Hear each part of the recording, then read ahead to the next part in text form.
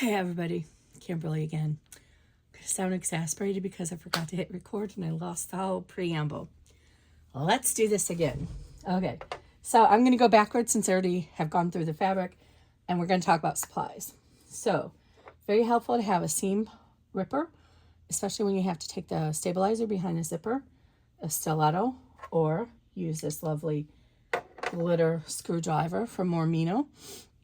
Do not use your fingers. So I was explaining, that didn't get recorded, and I was very new to machine embroidery. I was following somebody's pattern for a sewing bag. They didn't say to tape it down, and they showed holding this pieces in place with their fingers. I was on my multi-needle, and what happened? You guessed it, the needle went right through my finger. I'm blessed that it actually went through my nail, or the fatty part here, and not through the nail bed, so I didn't need surgery or anything. But I cannot tell you how many times I see in a week's time, how many people go, haha, it finally happened to me with a needle through their finger. Now I'm speaking for the United States. But in the United States, our insurance is not the best. I think you all know. I actually have what's considered very good insurance through work. So I have a maximum out of pocket a year of $4,000. But even then, there's a lot of expenses past that are not even included in insurance. So it's expensive. And honestly, I don't know how people who make sub $40,000 or $50,000 a year do it, especially if you have a family. I'm lucky my insurance is just for me. I have separate insurance for my son. But anyway, tape. It's affordable. You can reuse these pieces many times. And I know it's plastic. I know plastilites and microplastics, but sometimes you just do the best you can in life. And let me tell you, coming home from my medical situation, dealing with all the waste that I now have a colostomy bag. I just had to let go and do more where I can to help the planet. So anyway, this is Transport Tape by 3M. I love it. It usually doesn't gum up the needle too much at all. It comes off easily most of the time. Always test it on vinyls. I have had it lift off some vinyls. So if you're using a vinyl like that, you'll want to try and keep it as much as you can in the seam allowances. But I like this. If it does lift off your vinyl, try a different tape like the Gentle masking tape for painting. I think it's green. It's meant to use immediately after you paint so it doesn't pull your first layer of paint off. Okay. You are going to need a zipper. And if you're using Zipper by the Yard, you'll need a pole. So I'm using the new Tula Pink line. And of course, you're going to ask me which one this is. And I've forgotten already. Is this? Oh, I'll put it in the comments. The name is coming out of me, and I apologize. There may be some moments of this happening during the video because I'm still on medicines that kind of mess with my brain a little bit. I didn't highlight. You're going to need some good scissors. I love these 7205s from Kai. They're awesome. They're so worth the money, y'all. And just trust me, buy them. They're like old school gingers when gingers used to be good. You know, I had a pair of gingers when I first started in quilting in 2000. Never had those things sharpened. They lasted for at least a decade, cutting through everything. And I misplaced them and bought a new pair from Joanne, and those things got dull within a couple of months. I was like, wow, crazy. These Kais, so far, these have not got dull, and I've gone through so many pieces. This is going to be very helpful. This is double stick tape. This is a 1/4 inch. 1/8 inch is also great, or glue. So I like to use this Fabri-Tac by Beacon, not sponsored, but just my favorite. I'm only going to tell you about products that I like to use. Infamous YouTube warning there. You can use number 3 or number 5 zipper tape. I'm going to be using number 5 because that's what the pole is I brought out. And you will need, this is optional, but I have cut, excuse me, from Sofuse Plus, needed a 1/2 inch, 3/4 inch, whatever, strips, pattern tells you, I think it's 4 inches, of a fusible medium interfacing medium weight interfacing fusible to help back up the top of the credit card slots, because if you just use fabric over time, they're going to get wrinkled and everything. So this is just a help, but it's totally optional. So you'll need 7 of these strips for the regular penny wallet. I should mention this video is about the regular penny wallet. The steps for the junior penny wallet, which will be for smaller phones, will be the same, but it'll have vertical card holders, so I will not be doing a video for that.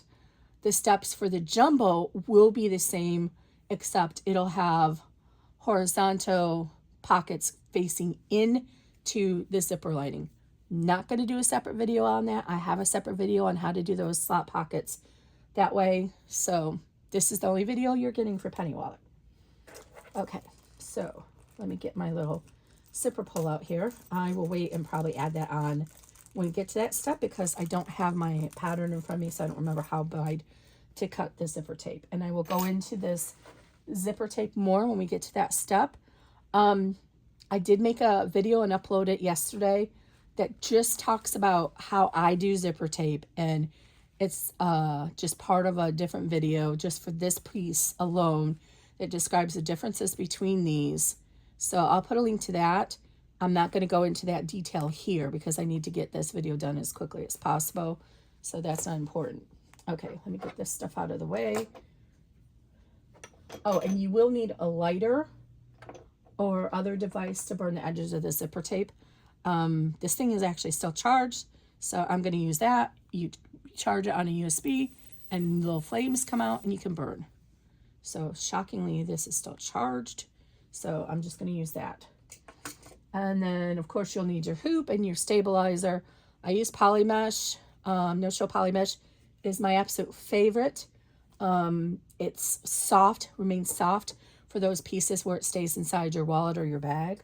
In this case, we'll probably be able to cut a lot of it out, but it's just my go-to. I like it. I leave a generous amount in the hoop so it doesn't slide out of the hoop. You also will need optional batting or foam, something like that. It's optional, but it might give a little bit more body to the outside of the wallet.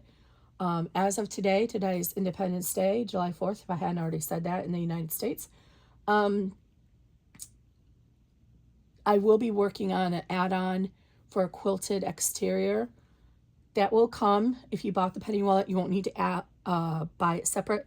I'll send you an email through your Etsy account when it's ready. I can't update the downloads in Etsy if you are new to Etsy. Once you've bought something, the makers are not able to update that file anymore. Huge drawback to Etsy. And I've sent so many suggestions about updating that, but so far it's not. So I will post in the Facebook group when that is ready. I may actually even put the files in there for free, but they're going to be limited to just the sizes of the wallets. Okay, so you'll need your thread. I did go over the needles. I don't remember, so I'm going to do it again. I'm using 9014 for the whole bag, but you can get away with 7511 for all the pieces up until you start adding the flaps. If you're on a multi-needle, you can probably get away with a 7511 for the whole thing, but I find for the single needle machine, I'm on a Janome 500E. I find for the single needle machines, I need the strength of the 9014 to get through those last layers.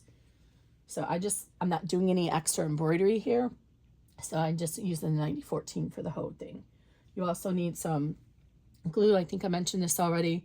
Fabri-Tac, you can also use this in place of this fusible tape when we get to the pieces where I'll show you how to use this. I'm sorry, not fusible. You can use fusible, but this is double stick. Okay, let's go over the pieces again.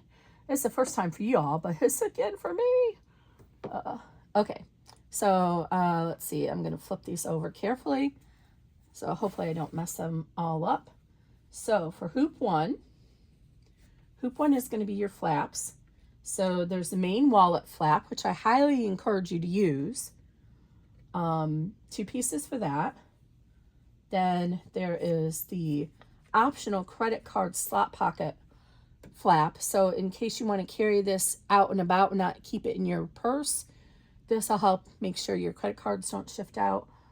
2 of those. And both of these you can do a non-fraying material.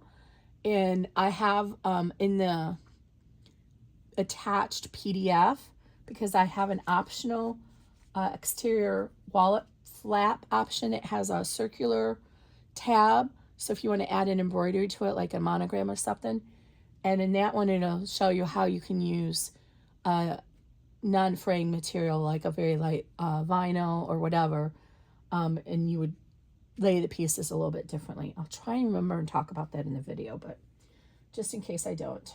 And then this piece is cut a little bit longer probably than necessary, but it's really easy to get your slots not folded correctly, and you could lose an 1/8 of an inch here, 1/8 of an inch there. So I'd rather you cut off a little bit and keep that aside for future D-ring strap connectors than not have enough. I did have to glue mine together. I don't have access to my sewing machine, and I was using a fat quarter panel collection, and it's not long enough.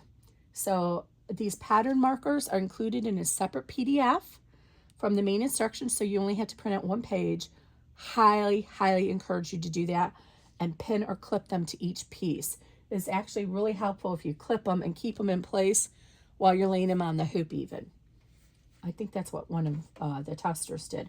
So the reason this video is so late is, if I haven't already mentioned it, some of you, especially if you're new here and you're not in my Facebook group, may not know I had a major medical emergency in December 1st, as a matter of fact.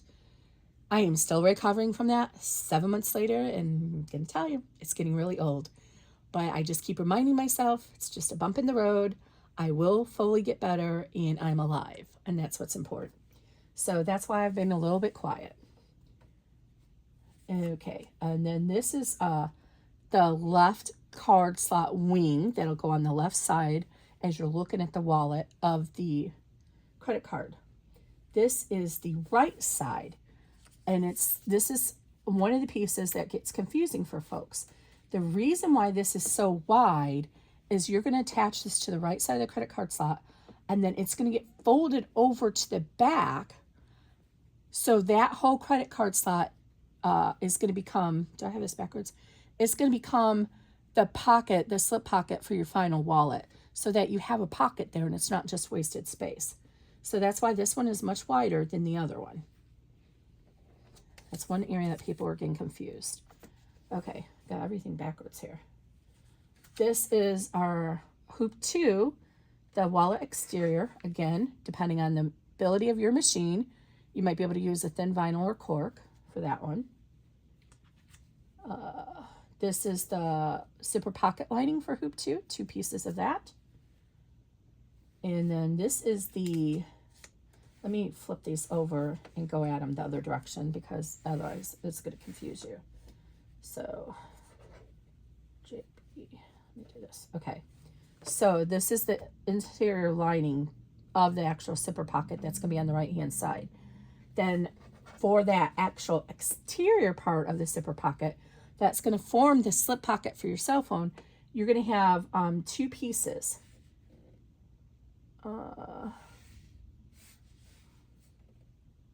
Okay, in that order here. So you're going to have 2 pieces. This here is going to be, this is piece G.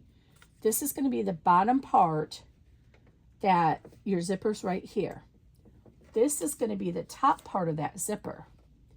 And you'll notice it's slightly longer. These are very similar size, but this one is slightly longer. And the reason why is, just like we did with the credit card slot pocket, this is going to attach to the zipper, and then it's going to fold over to the back and tuck under your zipper pocket lining and form the slip pocket for your cell phone.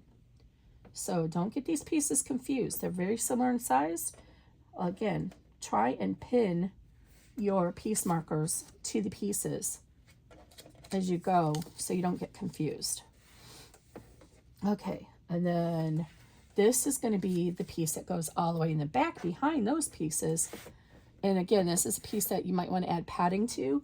And I do a basting stitch so you can trim the excess padding behind it to give extra cushion for your mobile phone.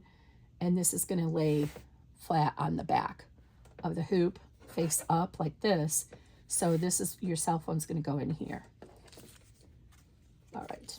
And then finally, these are the most confusing pieces. They're marked, so pay very close attention. They're very similar in size, but JA is an inch wider than JB.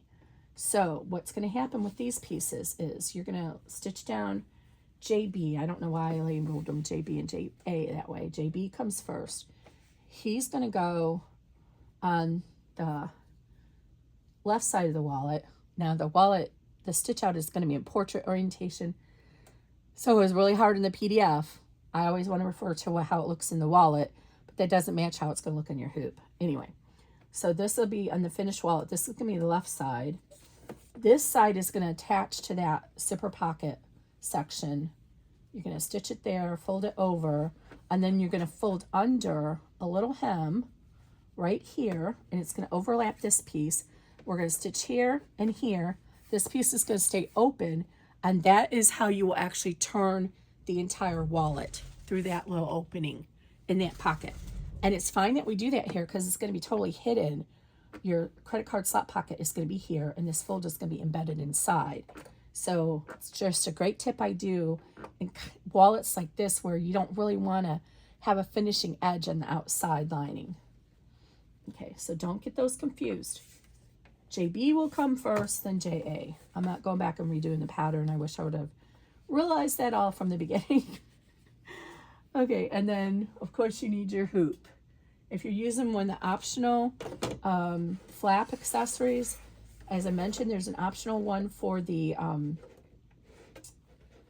optional closure.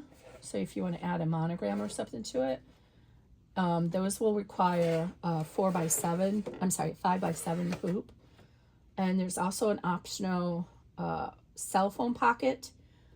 Again, this is a great thing about posting stuff. Somebody, we did a sneak peek and somebody said, hey, what prevents the cell phone from falling out of that pocket? I said, well, that's a very good question. My assumption is when you add your final snaps to the wallet closure, your tension will be tight enough that the wallet won't want to come out. But it's a good point. So I added an optional cell phone pocket closure. Separate hooping, 5x7. So if you want one of those, do them now. I'm not going to demonstrate the D-ring strap connectors either. Instructions are in the PDF. I'm not using them on mine because my wallet's just going to go in my bag. And I also forgot to mention, I did not interface any of my pieces because I'm still recovering, and that's frankly too much work for me to do right now. Just to do this video, I have to break it up and do like 20-minute segments and take a break. I've been having some low blood pressure issues. You don't need to know that, TMI, whatever. But if things get a little choppy in here, that's why. I'm going to have to, I normally do the videos all together. And then I actually usually do my PDFs based on the video and take screen captures. But this came to me last month, and I hadn't seen anything like this in the sewing bag world or the embroidery world. It just came to me, and I'm like, oh, I got to get this out of my system. So I got it digitized, sent it off to my testers, and they kicked it out of the park. They figured out how to do it with just word directions. And so then one of my customers slash friends slash fans, she offered to do test out and take pictures for me, and that's what we got in the PDF. So I was so blessed to Joan for that. Anyway, so that's where we're at. In between, I am going to see if I can try and find my foam. You'll figure out over the next coming months. I have taken over my family room that we didn't really use for my sewing studio because I was doing all my testing in the living room and everything was taken over the living room. So we wanted to reclaim our living room. So whilst I was in the hospital, my besties came in, got all this stuff out of the living room, piled it all in my now sewing studio. We got the flooring replaced in here. I just haven't had time to get it all together. So I have somebody who's coming in that I'm paying to help me reorganize. She's been doing a great job. So over time, this space is going to look better. So I'm going to go ahead and leave it on for the placement stitch out just because I'm getting to my part where I'm not going to be able to stitch much longer. So I want to at least get this started. And then I normally don't show this piece online. Uh-oh, to my machine. Oh, there it goes. This is my first time I've used my machine since the end of November. Oh, I really should have oiled her, but it's too much for me right now. I'm using a variegated thread that hopefully will kind of match my materials. So I'm going to load my machine, my file. I'm going to check that it has the right number of colors, which I don't have the PDF in front of me. I hope it does.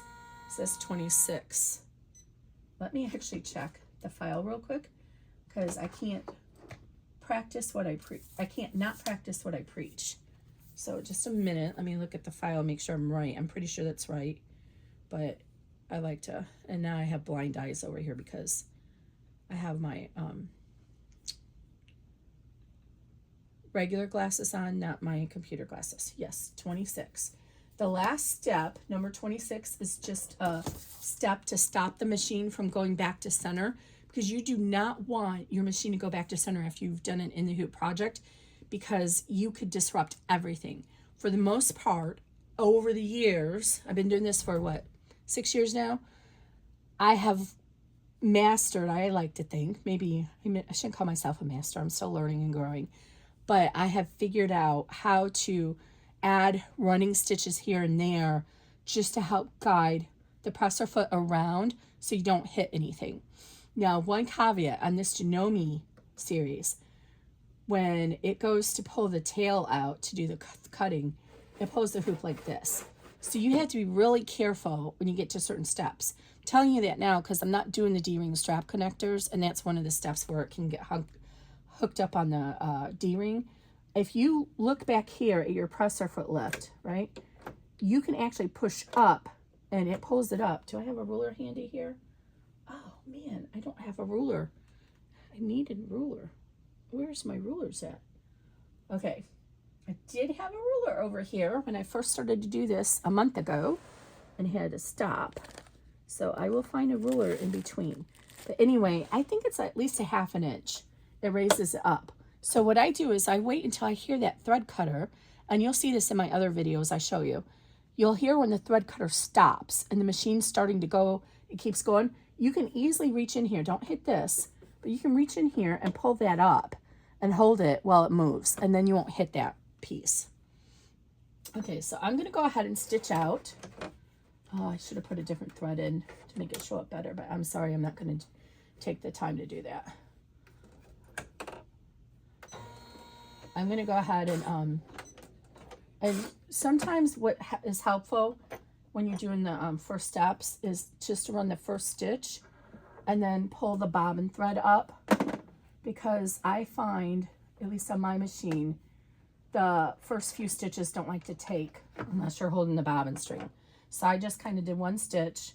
Well, I actually did two, but usually you can just do one and then hold both the bobbin and the thread, and then finish, let it go. And it'll sound a little janky at first. Oh, nope, I did cut my thread. Anyway, I'm gonna fix that and run the first layout stitch, but just use that tip if you see that your bobbin, your thread is not catching in the first little bit of stitching on your placement stitch. So let me get that stitched out and I will be right back. Okay, got that fixed. Then found my little ruler. These little small rulers, I also have a glittery one from Mormino that are only 6 inches, are great for in the hoop projects. So let's look at this stitch out. So we have, and I'm sorry, the colors may not be great. So we have the top one is for the wallet closure. And you notice I gave you a little tick mark for each of these to help center your materials if you are fussy cutting it.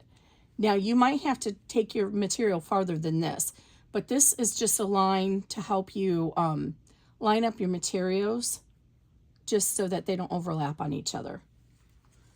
When I first was doing it, that seemed to be a little confusing on the placement for folks who were doing the instruction only version. So I added that line just to make it a little less confusing. Let me trim all these tails. If you don't already, get yourself one of those cute little glass jars and keep all these thread tails. They could become a beautiful thing. And if I ever get it back around to it, I actually have a project for you to use those. Okay, so then we also have a little centering line right here for the credit card panel. Oh, my stabilizer is a little bit wonky there. Hopefully it'll be okay. So take your ruler and a pen. I forgot to tell you to get a pen. And of course, I'm not finding a pen. Oh, Lord have mercy, Kimberly. I apologize. I'm trying to be a little bit more prepared than this, but I forgot the pen and still trying to get my sewing room together, as I mentioned. Oh, that's a hair stick. Where's a pen at? There's got to be a pen in here somewhere. I have some little cups to put up there on the wall there to help put stuff. Okay, pause. I need to find a pen. Okay, found a pen thanks to my wonderful son. Say a hi to Grayson, everybody. Are you going to blow a whistle, a sound for them? No, I'm good. He's got the cardboard pipe that Joanne's put my headliner foam on. Okay, anyway, so get a ruler, and actually you probably need a longer ruler than this, but this is okay. We're just going to line it up there and then draw it here. So just, ooh, what's going on with this pen? Of course he brings me one that's not working. Hold on, sometimes you have to write on paper to get these things to work. Where's some paper at? Look at this, guys. If you're a Cam Snap fan, she put all of these pieces in a PDF for you. I'm going to laminate this and hang it up somewhere because I have multiple times dropped my dies and had to email Judy and say, I don't know what this die is. I really wish they would have something marked on them. But anyway, she made this PDF. So go to her group, Cam Snap Elite, and print that baby out for yourself. Okay, so back to the tutorial here. So go ahead and line up the ruler, draw a line, and you can use a longer ruler than this, but it's fine. You just need to get a general line. So to help you lay the lining, if you lay it down right the first time, it'll help you. That's the only one you need to mark on this pattern. On the hoop too, there's going to be some other reference points you'll need to mark. Oh, actually, you do need to extend this. We're going to extend this top line. And then I want you to take your ruler and draw a line 1/2 inch above this die line. The reason for that is you want to try and have somewhere to line up the top of your credit card slot pocket so that it's all aligned. So when you add it to your wallet, you can get the right seam allowance at the top. The bottom won't matter. We can cut that off. So again, go ahead and measure 1/2 inch up from this line and then mark this center line here. It'll be helpful later.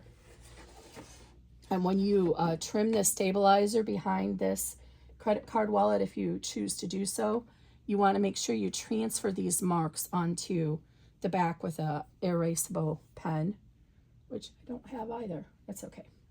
So now we're going to start with our, I'm upside down now because I had to redo my video.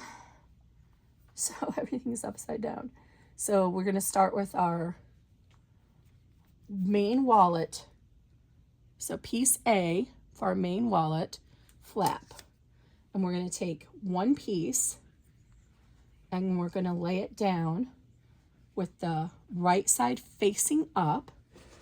We want to make sure it extends past here by 1/2 inch. And again, if you are using something that you need to center, use this little tick mark to help center it. So if you did a fussy cut, you would fold your material in half, line it up with that tick mark. But I'm not going to do that because I didn't fussy cut mine. So I'm just going to line up this edge. So again, everything gets confusing because we're in portrait mode unless you're on a multi-needle. So I'm going to say the top of the hoop, but if I mess up and sometimes say left and right, just watch what I'm doing, please.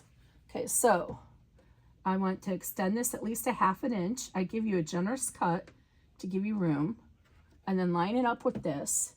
And to be honest, for just this first piece, you probably don't need tape. But what's Kimberly's motto? Tape, tape, tape, right? We want to tape everything down so it doesn't come loose. And it goes without saying, you will remove the tape as you go, as it's needed for each piece. So I'll remove this tape and reuse it. And this is a very short stitch out the next one, so I'm going to leave the camera going while we run it. So step 2 is just going to stitch the snap placement line. I give you this so that you can make sure your snap is even. If you don't need it, then skip that step. Okay, now it's getting in position to do the seam. So go ahead and trim the threads here. And this time you can just center this piece on top of that piece and reuse your tape. So I peel the tape off here. Make sure this is even. And there's some back stitching going to happen at the beginning and end so that it doesn't come loose when you trim it. Okay, so now we're going to run. I'm just going to stay on the camera for these first few steps because they're very fast. It's easier than doing lots of tiny videos. So hold your thread so it doesn't punch up on you. Now we're going to run step 3, which is the seam for this flap.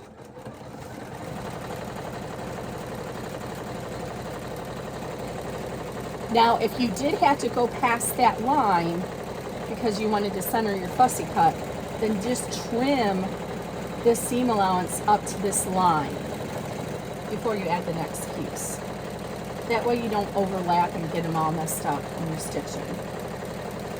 And this is a bean stitch, so it's nice and secure versus a single stitch. One of the things you have to realize, well, you don't have to, but one of the things I've realized over the years is that for whatever reason, the tension, the built-in tension on these machines is really made for embroidery.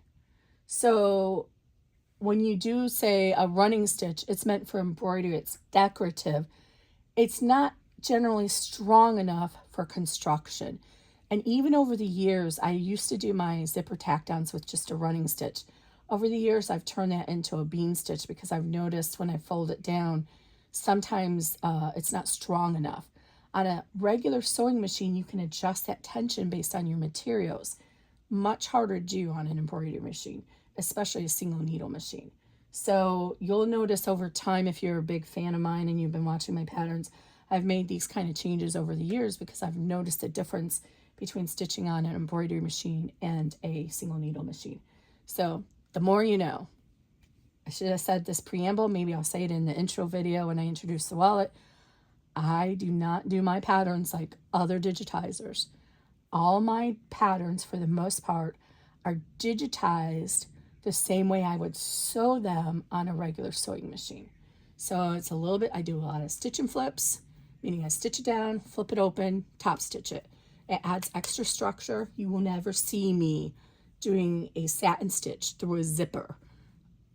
I'm not judging others who do that, but in my mind, all those needle punctures going through the zipper tape is going to compromise that zipper tape. Now, some of the zipper tape has this extra little band here. I think you can kind of see that. So there's a little bit more support there if you do stitch in this side, but not all stitcher tape is like that. And I've actually seen people over the years been horrified. They get their whole bag together and then they go to use the zipper and the whole zipper shreds apart. So I choose not to do that. I will not put a lot of decorative stitching or satin stitching through the zipper. So I do stitch and flip. You get one seam for the original seam, flip it down, top stitch, you get 2 seams, and that helps keep that panel in support. Okay, so now we're ready to do our credit card flap. I don't necessarily need this, but I'm doing it to show you. So this is piece B. Keep your piece markers because you might want to do another one. And I should have said this at the beginning, and I'll try to remember to do it in the intro video. The first time you go through this, I would recommend just using scrap fabrics so you get a feel for it. So if you do bungle it up, you're not out a lot of money. It may be kind of funky looking when you're done, but donate it to your local shelter or resale shop. Somebody will love getting a wallet. but this is a little complicated of a pattern. I would make it a intermediate, definitely not a beginner. So we're going to reuse our tape from here, and we're going to go ahead and center this. Again, we want 2 inches past it, and you want to put it on that line, and you want, I said 2 inches, I mean a half an inch past this. See, you need to have, this one's longer, so you need to have that extra here. So half an inch past the curved part, line it up with that line, and again, we're gonna do this snap placement, and then we'll do the final seam. And if you care not to do the snap placements, then by all means, you can always fold it in half later and decide where you want your stamps to go. Because it is a little bit, you know, just one little spot. And then all you got to do is place this right over it. And you can see these pieces aren't really going anywhere. But again, you just never know, and it could come loose from the wind or your ceiling fan, and you reach in there to fix it, and there goes a needle through your finger. All right, so this is our final. Let me hold this so it doesn't get tied up. And I apologize again that none of my materials are ironed or interfaced.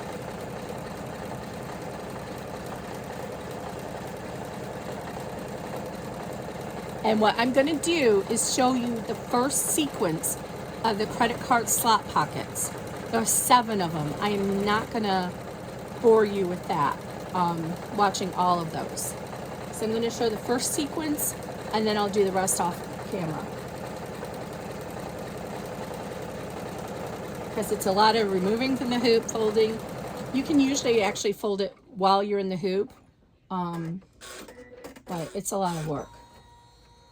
Okay, so now what we want to do is grab our credit card panel, and that's our long one. So that is piece C. Hopefully this is all in focus. I apologize if I get out of focus because, again, I'm got a new setup here, and I really can't see my camera on the tripod like I could in my old setup. So I'm still working on it. And see, I glued my pieces together, so I'm just going to gently finger crease that seam. I'm going to finger crease it, not open, fold it over so there's that support of the flap since it's not really sewn. If you fold it open when you've glued it, it may not stay. So I'm just using my fingernail, but you can use a presser device or whatever if you have to piece yours. Okay, so now what we're going to do, I want that, hopefully I want that to go this way, the seam allowance. So I'm going to go ahead and fold this over right here, and I'm going to loosely place it so I can see where to fold it here, and then I'm going to fold it here and make a crease. That way I can make sure it's lined up from the start. Make sure it's lined up properly at the start, it'll be much easier. So I have that little fold mark. So first I'm going to, oh, let me crease it. I can't see the crease very well. And you can use a ruler and a pen and mark it if you need to. So I want to line this top up with that 1/2 inch mark for my seam allowance. I'm going to line this up with that. Let me see if I can get this camera in closer for you. So you want to line up the center with this line and the top with that line. So it's going to be like that. And tape it in place. And the excess of this is going to fold over the end, so you'll need to manage that.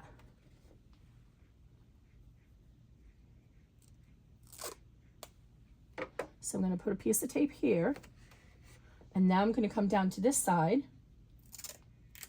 where I did that measurement, that fold. I'm going to look on the back of the hoop where I made that little fold, that crease, and make sure that that crease lines up with that center line. And then I'm going to tape, make sure it's taut, and I'm going to tape it over here to hold it in place.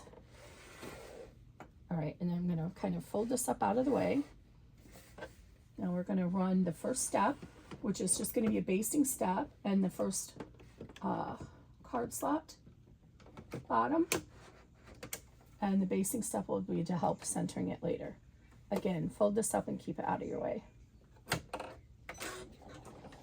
If you want, you could always rotate it in your machine so that it folds over the open part of the hoop. And see how it gives you a little centering mark up here, which I just pulled out. Again, my machine, I should have pulled the bottom up, but I can still see it, so that's fine. And now this is our first for our card slot. So since I lost that, I'm going to go ahead and mark my center here in the seam allowance, since my stitches kind of came out. That should hopefully be in the seam allowance. So here's our bottom of our first card slot pocket. So what you want to do is you want to fold up, remove the tape on this side, fold this up, make sure that these edges are even on both sides. And then you want to fold it tautly, not too hard because you don't want to pull the stitches out, but fold it tautly and finger press it here. Now this is a great time if you have one of those mini irons, which I do, and I did show how to use this in one of my videos, but again, don't have it handy. But if you have a mini iron, and I made a special design that's a mini, I guess you could call it like a mug rug, but it's specifically to put under your hoop when you're doing this kind of stuff. So you can slide it under there and finger press. So you want to finger press this, and we want to tape it because we don't want this to come loose, or the presser foot. So again, I'm making sure it stays even on the side. And then I'm going to tape this in the seam allowance area. And if this seam allowance comes over beyond this, I don't think mine did, but if yours does, we'll trim that before we get to that step. Actually, you can trim it now, whatever, once we get this open. So what I mean is, oh, mine is a little bit over it, but it's okay. If this piece here comes over too far, which you just need a 1/4 inch on this, you're going to trim it to a 1/4 inch afterwards anyway. You can go ahead and trim that now with your favorite applique scissors so it doesn't get caught up in the seams for the credit card. See what I did there? So now this outline, this fabric is not caught up in that. Okay, back to the business here. Okay, this is really going to be good timing for my break, because I definitely need a break now. So let me tape this back down. All right, so now we're going to run step 7. I'm sorry I forgot to call out the steps to you. And what this is going to do is going to give us the top of our credit card slot pocket. Hold that thread if you need to. And you'll see it's just a tiny little leg, or an upside down L. And those tiny little stitches on the outside are actually really important. And again, make sure if you have a low presser foot that it doesn't get hung up on any of this material. Use more tape.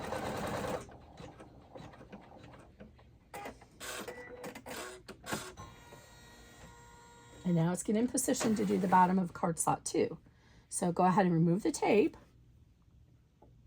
Oh, I got to start off on a new, I don't want to be putting all this tape all over my new table, new to me table. Just going to put it there for now. So go ahead and trim these threads while you can. And remember, keep your little extra thread bow over here, because these threads will be very pretty. All right, so on each of these steps at the top, you're going to see this little leg. The reason this is important, the first time I did the credit card slots in whichever pattern, I think it was in the Ultimate Wallet, I didn't do those little legs, and these had a tendency to pull out at the top when you pulled it back, and so then it wouldn't be even. So I added those little legs, started adding the little legs, so it's easier to fold back. So go ahead, and if you need to, you can always put your, oh, I lost my ruler, where'd it go? You can always put your ruler. Those little metal millimeter rulers are better for this, but you can always put your ruler in here like this and fold back against the ruler too. Again, the little metal ones are better if you're worried about keeping it straight. And then again, we want to make sure it's straight on this side. It should automatically be straight on that side. And you're going to pull it tautly, but not too tautly, because you don't want the stitches to come out. and then finger press the seam. Okay. And be careful finger pressing because this is a little bit cross weave and it could get warped. Now you're going to grab your little fusible interfacing. You want the glue side facing up because we want it to fuse to the outside edge of the credit card slot. And you don't need to tape this down. The tension will hold it. But we made that little line now. So you just want to cut or put your cut edge up against that folded line. And it's okay if it's a little wide. I just eyeballed mine. I'm going to cut this a little bit. You don't want it to be, ideally you just want it to be in between these lines. So I'm trimming mine off a little bit. Yeah, that's better. Okay, so I'm going to make sure it's even there. Hold it in place. Remember, the fusible side is up so that when we're all done and we iron this down, it will catch the outside of the panel and not the inside. And that's where you want the extra support, is on the outside. Okay, and then we're going to go ahead and tape it down again on both sides. And then we're going to start the same sequence. So it's step 8 is going to do the bottom. I'll show you one more. And then I'll do the rest offline because I need to take a break. Okay, so here we go. Again, manage your extra material if you need to.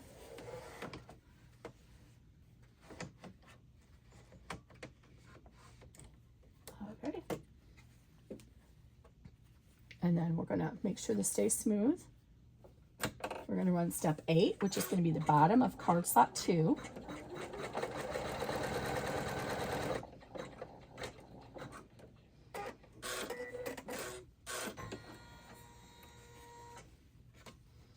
All right, trim your thread. Fold up. Pull your tape off so you can reuse that. Like I said, I usually get at least 3 or 4 trims out of my tape, or uses, turns. Okay, so you want to fold that up against the stitches. Make sure the sides stay aligned because you don't want a wonky pocket. When you don't get it straight, then you might not have even pockets. Now, I will admit it's really hard to get these measured evenly, but it's no different than when you have to do the hard way of folding it. You know, if you've done a sewing pattern, you know what it is. You have to mark the lines and then fold it just right, the right direction. I eliminated that for you. You don't need to think about this. Just stitch it, follow the instructions and stitch it. No measuring, no pre-measuring, no ironing, just this. Okay. I should have held that tail, but that's okay. It seems to be worked okay. Again, if your machine drags around, be mindful of your space. If you're using thicker material, you don't want that presser foot to get caught up in it.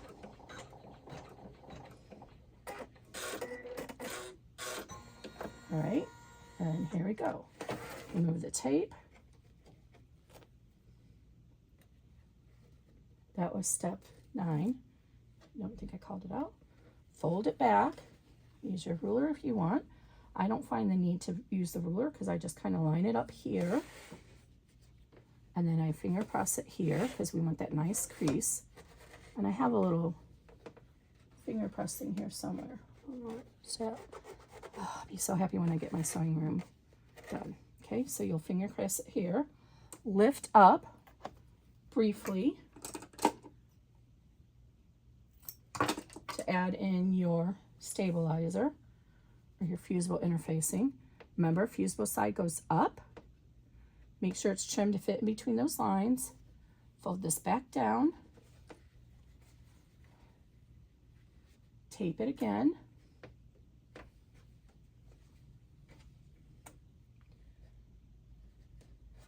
Okay, and then you'll run step 10 and repeat the process until you're all the way done with the credit card slots. And I will meet you back when we're all done with that. Okay, everybody. So we're all done with the credit card slots. All right, let me get this off the machine here so we can show you the next step. And you'll see, like I mentioned before, there's a little bit extra material here. You see me? Okay. Gotta make sure I'm in the right position here. I moved this a little bit when I got up. Okay. So I've gone ahead and finished the credit card pockets. And you can see how pretty the credit cards go in here. Now, don't worry about this will be cut off a little bit. So it should be really, really loose. And your credit cards go in there.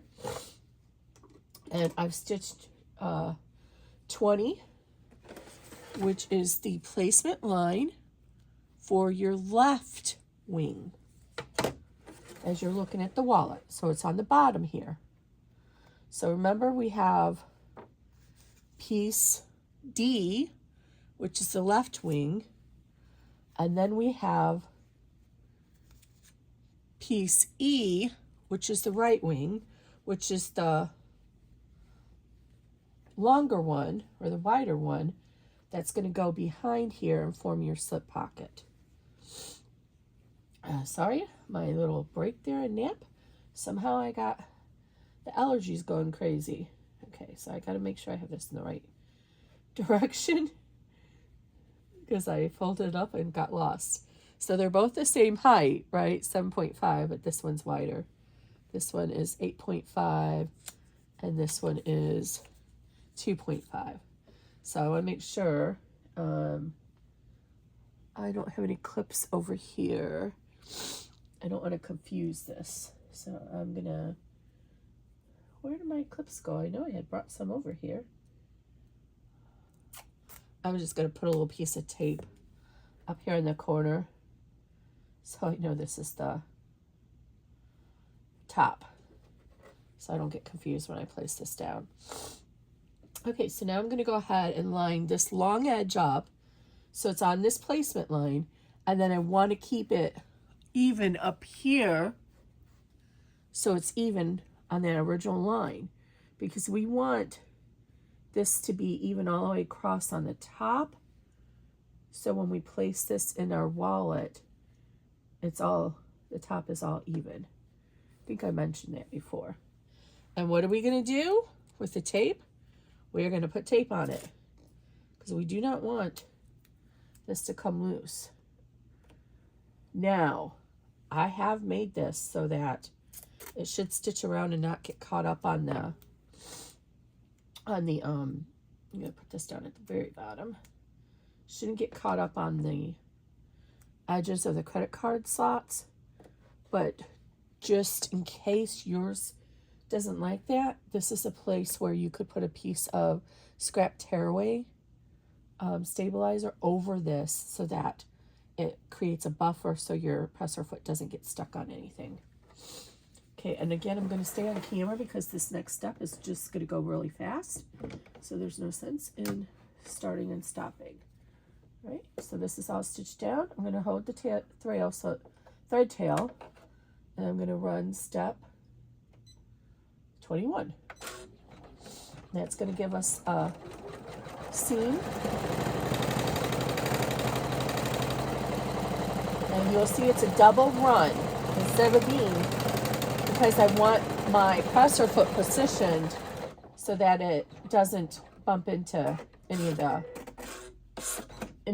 slots. So in order to make sure it's in the right path for the rest of this, I needed to do a double run there, in case you're wondering why. When I just talked about all the construction challenges and doing a bean stitch, that's why. Okay, so now I'm going to pull this tape off and set it over here so we can reuse it. And I forgot to peel the tape off from underneath here. Oops. I can still get it though, I think. I can pull this tape off. Maybe. Nope, I can't. It's, there it is. Buried in there a little bit. Okay, that's okay. Oh, Kimberly, quit putting this on your table. Okay. So, one thing you want to look at is This is now, this should be, if I did everything correctly when I digitized this, it should be about a 1/4 inch seam allowance, and it is smack down. So you can go ahead and trim away up to that placement line to reduce the bulk. I'm going to do that off camera, and I'll be right back. Okay, just to show you the last little bit here. So what I'm doing is I'm trimming it off with my applique scissors because I can get in there really close with them. And I'll show you why we're doing it here in a second. Because our final seam is going to be along this line. So if I hadn't trimmed it off, all that bulk of the credit card slot panel is going to be in there, and I don't want it there. That is, if we line everything up correctly on the wallet. It could still end up there because I might not line everything up correctly. But the goal is to reduce it. And you can reduce this again after we take it off the hoop. I would actually recommend using your ruler and mat, and you could take this all the way back to 1/8 of an inch. It should be fine because we're stitching it so much. So you can take it back to the top stitching, I should say. Okay, so I'm going to finger press this. Then I'm going to tape it down to the hoop here, since I'm going to the extremes of the hoop. And then we're going to run step 22, which is the top stitching. Remember, move that out of the way if it's in your way to get on your hoop, and then just put it back up. And again, I'm going to hold the thread.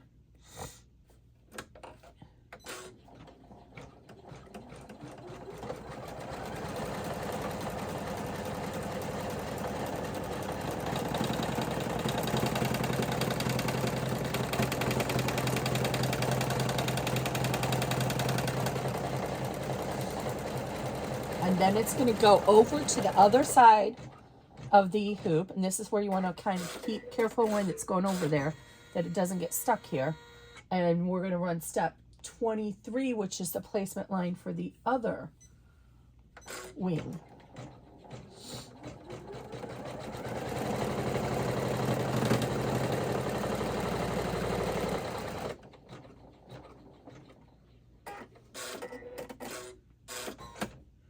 And now you can go ahead, like I said, and trim this close now. It's not as urgent on this side for the bulk of the bag, but the reason why we want to get this trimmed down really close, and again, you can do this after the fact when it's all done, but the reason we want this really close to that placement line is because when we add the wing to it and we fold it back, we want to be working with a very even side so we can have that wing fold back to form the slip pocket really well. So try and keep your applique scissors as close to that placement line as you can. Don't cut through your stabilizer. And that way when we fold this back, and again, you can wait and do this at the end with when we take this all apart. But that way when we fold this back to form our slip pocket, you have a nice even edge there. But I don't have my rotary cutter mat and everything set up yet, so I'm doing it this way. Oh, there was a piece of tape there. I totally forgot. I missed. Okay. So I got pretty close to there. I might try and trim it a little bit better when I'm done, but for now it's fine. Okay. So now let's go ahead and get this back on here. And remember, we marked the top of this piece with a piece of tape, so I know where it's at. So I'm going to remove that tape and I'll use it. So this is the top. So we want to lay this so it's right on that line and then even with the top here of that credit card panel.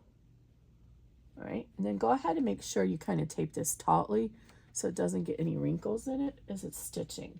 And it will go through the tape. That's fine. But make sure it's even and on that placement line all the way through. So again, we want to have an even pocket when we fold this to the back. So we're going to go ahead and run step 24. And we're almost done with hoop 1.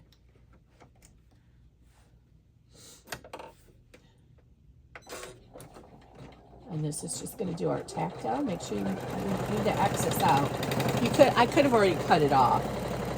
but that was silly of me. You can cut that excess off now.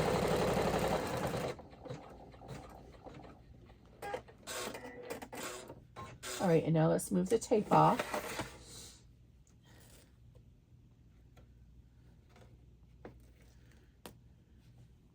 I'm going to go ahead and grab this tape up here too while I'm at it. And I'm going to go ahead and trim this little piece off so it stays out of our way. I'm going to try and eyeball it so it's as close to this as possible, so our seam allowance will be the same. Oops. I think these little applique scissors need sharpened. And now these are gingers, and these I've had for like almost 20 years. The old school ones, and I have never sharpened them, and they still work really well.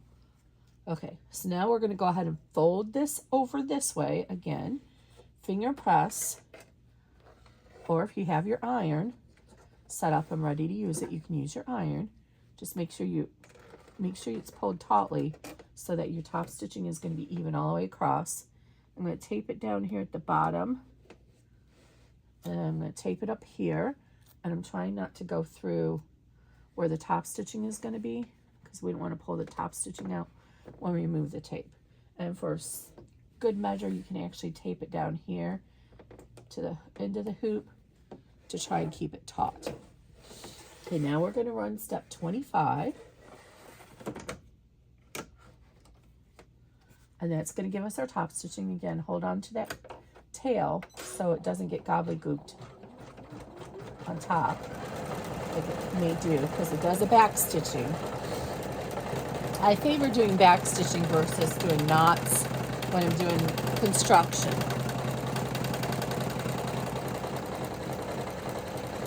This thread has got a tiny bit of looping going on. I don't remember what brand it is, but usually when you have that happen, it means there might be some dust in your thread path, and I haven't touched this in 7 months, so it's possible.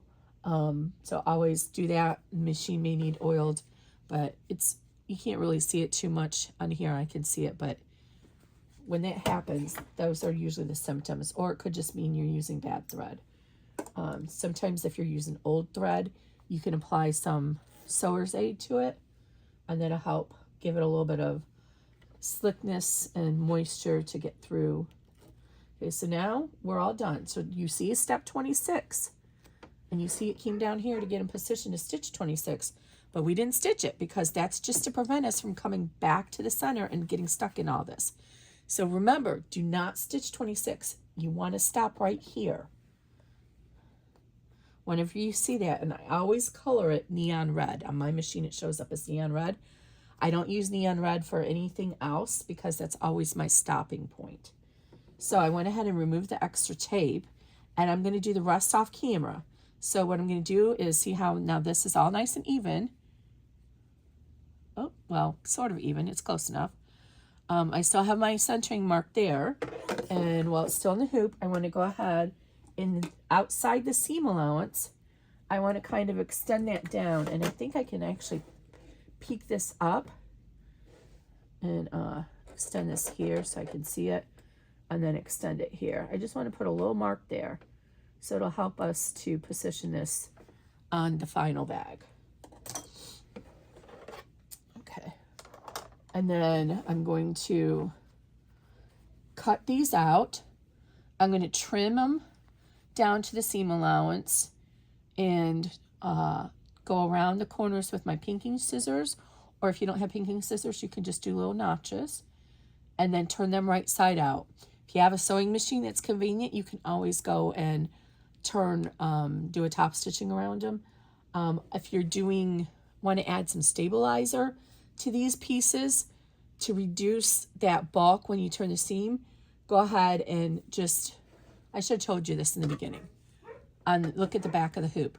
Before you stitch this, or you can even do it now, put a piece of paper over this and trace out this design. And then what you'll want to do is actually cut it like just inside that line, like 1/16 of an inch. so that you can slide the stabilizer in after you turn it. I'm sorry, the interfacing. After you turn it, you can slide that in here and then press it, and you'll give some extra body to your snap. You also want to go ahead and remove your, or add your outie snaps. I prefer to do the outie snaps for the flaps and the any snap piece on the receiving end of the bag, because you get a little bit more pressure on that piece that you push into, and so it's helpful for that to be on the actual body of the object, the bag or the wallet, if you will. All right, so I'm going to do that off camera, re-hoop this, put hoop number 2 in my machine, and I'll meet you right back. Okay, I'm back. So I forgot to hoop my other hoop. So let's just discuss this piece. So as I was saying, of course you're going to want to take this to an iron and iron it. So I went ahead and used this piece of this tool. This is the Alex Anderson 4-in-1, by the way. And I used that to get the rounded edges out. And I went ahead and just left my stabilizer in there to give it a little bit of body. Unfortunately, I can't find my pliers for my snaps right now. I can only find the rivet press. So I'm going to add my snaps later, but you can see there's a little hoe to help you line up the snap. So I'm just going to have to do mine later, so they'll be a little bit more visible. And then this is your left side of your thing, and then this is the right side. So this is the side, you know, you can take this to, I just use my scissors, but you can take this to your cutting mat and trim it. And like this is a little rough right here, so I want to trim that even. That's why it's better to do it with a cutting mat and rotary ruler. I'm sorry, you know what I mean, rotary cutter. So I just want to get that as even as I can. And see, I'm not cutting into my actual seam allowance. That's just the excess that's sticking out.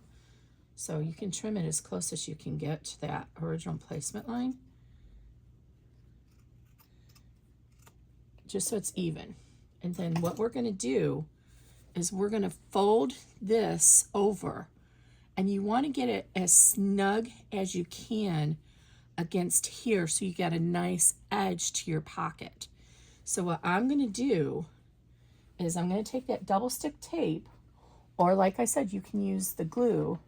I'm going to run it along the edge here so that it catches that pocket and helps hold it in place well until the final bag. And you don't really want to use a top stitch on your sewing machine there, because it's going to be very bulky. So it already looks like you've top stitched it just by the top stitching that we did in the hoop. So go ahead and run this along that seam right there. You see right here? Just so it's inside the seam allowance. It doesn't have to be perfectly even. And then you can use any kind. I get this off Amazon, and to be quite honest, as much as I've tried, this one seems to work just as well as any others I've tried. The only challenge is it's maybe a little bit harder to get off to release the tape, and you can use like a needle or a pin or something to help scratch that in to get it off. Use your fingernail and trim it down really good. But once you get it started, sometimes I'll just use my fingernail and separate it on the thing. This one's being a real pain today. I want to show you this piece, so okay, there we go. So now I got it off, and then I'm going to go ahead and roll this back, and your top edges should be pretty even, but make sure you're pushing it as far, you know, tautly into that backing so that it's nice and even. So don't rub it in until it's pulled tautly back. Okay, that side did not get very taut, so I'm going to start at the center and work my way out. I'm just kind of looking under here and make sure it looks pretty even. And you have a little bit of working time with this. So if it gets a little crinkled like that just did, you can pull it up and smooth it out. Or like I said, you can use the fabric tack. You have even more working time with that. Okay, and that's pretty good. So when you're satisfied with how it looks, then really rub it into that tape. You want to, so this should be even relatively. Where's the top? This is the top. It should be relatively even. Remember, I got mine off a little bit. Okay, now what you want to do, you want to set this aside, but you want to make sure you use some pins or something and hold it over here, just so that you don't get confused when you go to place this in the wallet. And I'm sorry, I don't think I have any clips handy over here to demonstrate. I have my all bunches of hole punches, but no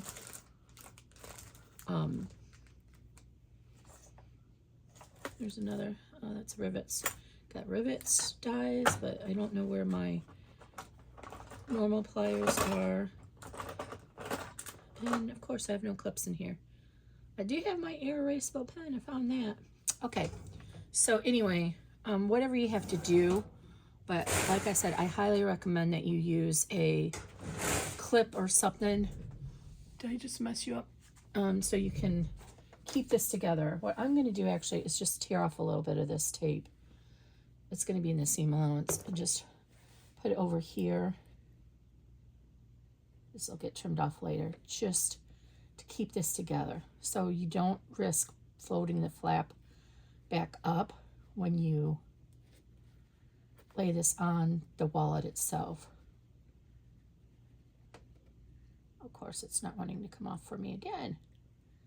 Like watching paint dry. Okay, I'll do that off camera. But so this is your finished card slot. So you have 7 card slot pockets, and then you'll see now you have a nice back. Of course, yours is going to be all pressed. Okay, I'm going to get hoop 2 started, and I'll be right back. Okay, here we go. So just as we had before with hoop 1, we're going to have a lot of registration marks to mark here. Now, originally I didn't have an outline pattern, but I realized when you go to center the backing, if you're using a quilted one, or if you're even just using something you want a fussy cut, because realize that the backing will actually become, sorry I'm rolling away, I need to adjust to my chair. The backing will actually become your, the front part of your wallet when you close it, right? So part of that is going to be your wallet. So if you have a motif or something in your fabric that you want to highlight, then you'll want to be able to center that. So just like we did before, we're going to use a pen, pencil, whatever marking device you have. Let me put my scissors back over here. I'm trying to turn a new leaf and put things back as I use them. There's a whole bunch of registration marks here I want you to send to the edge of the hoop. This is the placement for your main wallet closure. Make sure I'm in view here. And I apologize, the last video segment, I forgot to turn the light on. So extend that line here. Pretty much anywhere you see these little tick marks, extend it, use your ruler if you have to the edge of the hoop. So here's a little tick mark that'll help you center the exterior. And I like to use pen because you can see it from the back too, although our exterior is going to go on the front.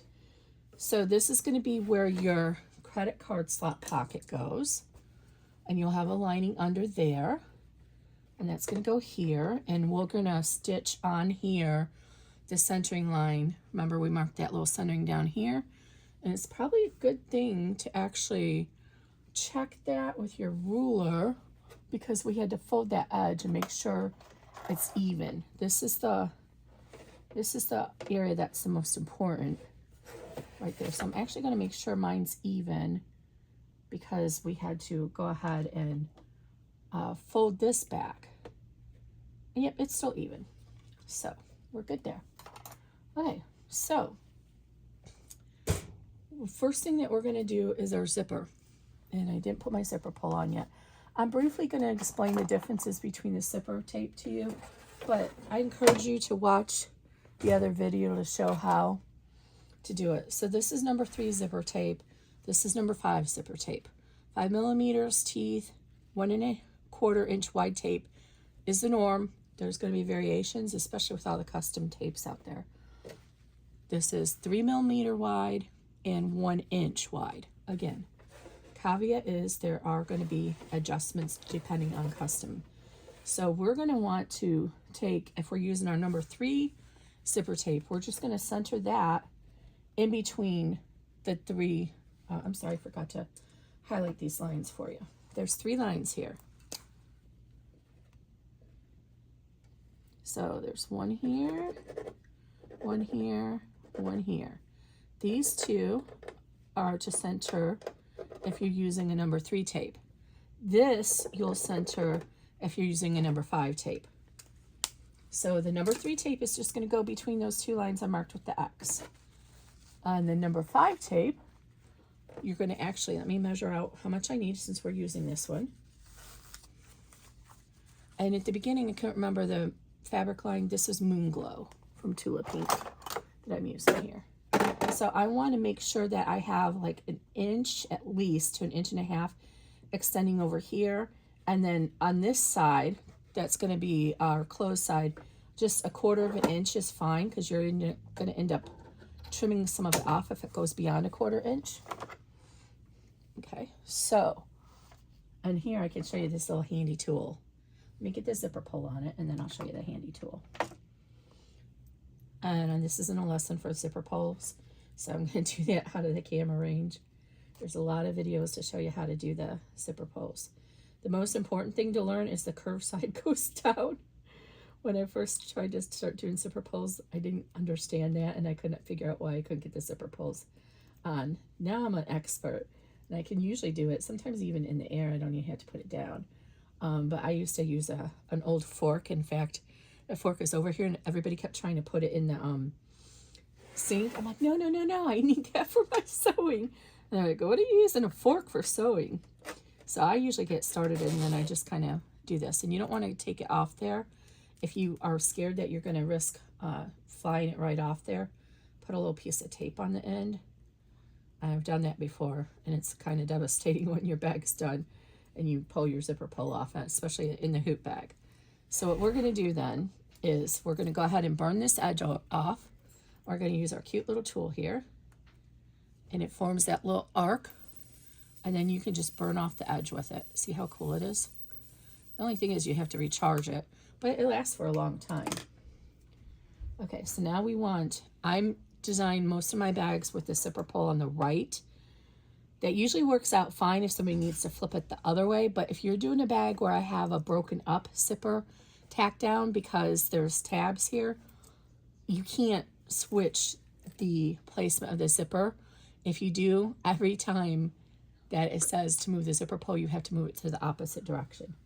So I didn't realize how many people actually did open it on the left, or what, this side. But I'm right-handed, so I guess I'm, biased because I'm right-handed. So what we're going to do is we're going to take, and if you look, there's a little line there that's formed from the negative space of the zipper teeth on the back. I want this to overlap about, like I said, 1/4 inch. And then I'm going to line it up with that center line, and I'm going to anchor it over on this side. And that's going to get into our seam allowance. And then I flip the hoop around so it's facing me so I can see that line better. And then I tape on the bottom of the zipper, what will be the bottom of the zipper, because that's just how I digitize it. I always stitch the bottom first. You're going to go ahead and, this is a short zipper, but you're going to go ahead and roll the zipper along here so that line of that negative space stays on top of this line. And then what I like to do is I like to tape on the bottom first, about every 1.5 inches, and then I'll come back over and tape on the front. I'll be right back. Sorry, that was a little kid interrupt us trying to steal my laptop so he can play Roblox. Okay, so see again, that dot line is right there. Hold it tight, tape this down. If you have a wrinkly iron or wrinkly zipper tape, go ahead and iron that first. Now, I will tell you, some of these custom tapes I've gotten, even after I iron it, it still stays wrinkly. So I wish I could know which one of those are. Not to trash anybody, it's just the nature of the tape, but some of the ones that are most popular, that's what happens with theirs. So that's why you have a little bit more leeway when you're doing it in the hoop bag, because you can just tape it down like this. I guess if you're doing a sewing bag, you can use double tape. So I'm going to go ahead and put this over the zipper pull lightly, because I don't want that to go jangling all over. Okay, and now make sure you get your hoop back in position. So I'm a little bit, everything's in portrait mode, and so it's a little bit weird. Okay, I'm going to run step 2, and I forgot to tell you at the beginning of this, you should have 19 steps on your machine for hoop 2. I'll be right back. Okay, off camera I had a little faux pas because I was taking a drink of water and didn't realize it, and my presser foot, after it did this, remember I told you about how on the Genomes it tries to pull out the thread to cut it? It hung up on my zipper pull even though I have it taped. So what I did, whenever that happens, I don't assume that I'm going to stitch regularly after that. These machines have memories where they keep track of the X and Y coordinates. So anytime I get a goof like that, I of course fix it first, turn the machine off to clear that memory. Then when I turn it back on, it'll say, do you want to resume? And I say no. So mine, I hit the X. When you, before you turn it off, you can make note of the stitch that you're at if you need to be specific. And then turn it back load the design fresh. So now it's reloading that design in memory and losing any XY coordinates it had. And then use your option to forward through the steps or stitches. Just, that's what always works for me. So it may work for you as well. Sorry, you're hearing the dog in the background stepping on my new luxury vinyl plank flooring. I love this stuff. I try to stay away from vinyl, but you know, nowadays it's so expensive to get anything else installed. I mean, just for this small room, it was $3,500. So it would have been twice that for bamboo or wood. Anyway, I digress. So now we've got our, we can also remove this last piece of tape right here on the end.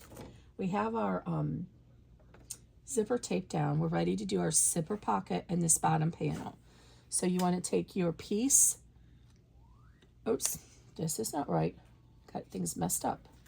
I'm backwards. Okay. I didn't put these back together in the right order when I was showing you guys that at the beginning. The top zipper panel. Okay, so we need our bottom zipper panel, which is piece G, and one of our zipper pocket linings, which is piece F. So just take one of those, and it's 5 by 5 by 6, so I need to measure because I didn't mark. What I like to do is when you have a piece that's like very similar in size, like 5 by 5 by 6, 5 by 5 is the width, 6 is the height. So what I like to do is I like to measure it. So this is a 6-inch, and with my little marker, I put a little arrow like this. It's not writing very well. So I know that's the top. For me, that's my nomenclature, that this is the top, not the side. And then I don't have to, you know, worry about measuring it. Anytime you have a piece that's very similar sized, you can do that. Okay. So you can flip to the back of the hoop first. And we're going to talk about the bottom and top of the zipper. I forgot one step before we do that. This bag, this wallet, it's not going to be easy to trim out this seam alone or the stabilizer after we're done constructing, like is often the case. So you want to remove the stabilizer now. So use your seam ripper or your favorite little scissors, get it underneath there so you can see the blade through the stabilizer, and just cut along those tack down stitches. Try not to cut through them. And do this on both sides.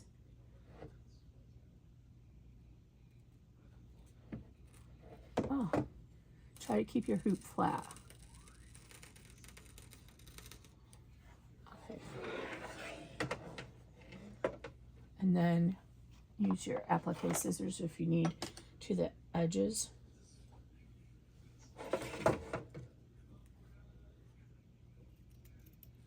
I don't think my stitch is very strong on the bottom there. Huh. Doesn't look like it did. The tension didn't look very good on that. But just stitch away this stabilizer now. Oh yeah, for sure. It's falling right off. That's okay. Oh, but yeah, I don't know what happened there. That tension was very off. And so my zipper didn't really take. That's why it's helpful to pull the zipper, the thread up. See, it's not even stuck there. So actually I better put a piece of tape there just to hold that down. So just cut it loose. We'll remove this after we do the stitching. Just gonna put it on the very edge there. Normally you won't have this issue, right? Because your tension's gonna be right. But just what happens with me and this, it helps to pull the bobbin thread up. Okay, going back to the back of the hoop again. I'm not sure if I'm following the picture direction, but this is how it is. Now, you're gonna run into some issues sometimes with the hoop attachment area, like I'm going to right now. So I could have rotated this in the hoop for the Jeff files, and that's what I probably should have done. And if you haven't bought the pattern yet, I probably will go and rotate the Jeff patterns. No, it won't follow the PDF then. Okay, so remember this is our top. So you want to put this top edge. In my case, it doesn't matter because it's non-directional. But if yours is directional, it's going to matter. You want to put this top edge along the bottom of the zipper. So it doesn't matter if you're using a number 3 or number 5. You can see the zipper through this stabilizer and just make sure it's in line with the bottom. Do not worry, again, if it's the number 3 or the number 5, because it'll work for both. So now this is going to get stuck in my hoop attachment. I don't want that. So I'm going to roll this down and tape it so it stays out of the way. Where'd my tape go? I'm trying to turn over a new leaf. My favorite sewist, Lauren Mormino. I noticed that she puts her pieces away every single time she's done using them. She has a place for everything, and she puts it all back as soon as she's done using it. So I'm trying to turn over a new leaf and copy her and try and keep my new sewing space organized. Okay, so now it's out of the way of my hoop attachment. It's not going to disrupt my stitching. So again, that was the top of that panel on the back lined up with the bottom of the zipper. Now we're going to do the same thing with our bottom front panel, and this is directional. You see that? Well, I guess, no, it's definitely directional. So I think I tried to center this on that piece right there. So I'm going to kind of fold this in half and eyeball the center. I have a center mark right here that I can use for reference.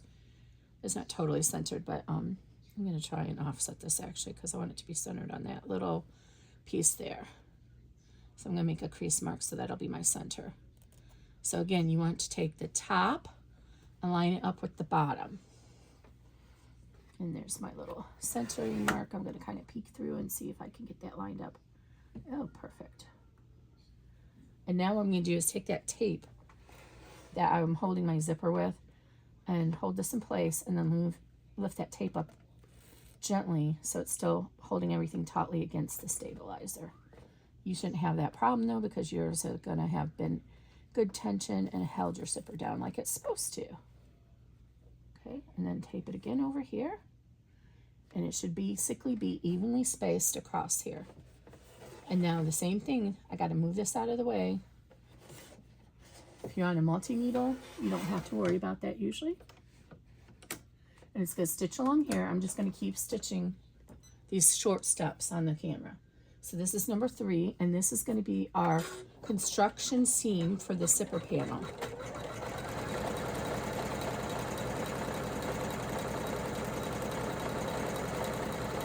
And then remember I told you earlier about the stitch and flip method I use. This is the stitch. Okay, and then we're going to flip to the back and take the tape off. We can reuse that. And we're going to fold this down and finger press that seam.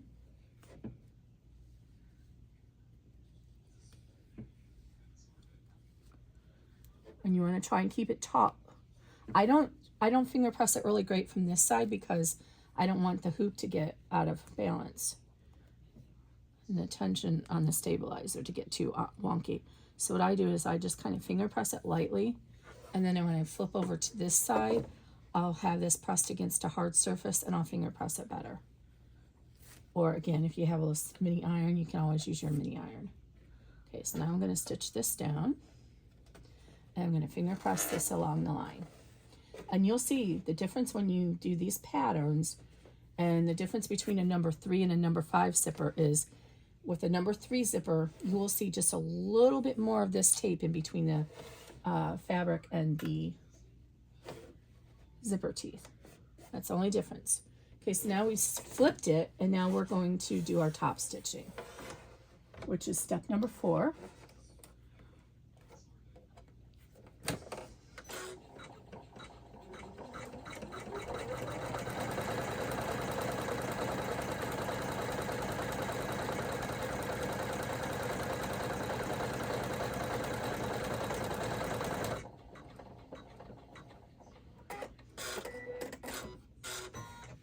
Okay, now just like we did before, we're going to put on the top panel and the other zipper pocket lining. So this time on the back, you can remove this tape now on here, but leave this one down here so it doesn't float up underneath you. You're going to put the top even with the top of the zipper. And we're not going to flip this, did I have it the wrong way? No, that was the right way. We're not going to flip this up on the back on the hoop like we did for the bottom, because this is going to be the top of the zipper pocket. And so you're not really going to see that stitching. What did I just do? Why are these pieces not the same? Oh boy, I hope that's going to be big enough. Look at this from over here.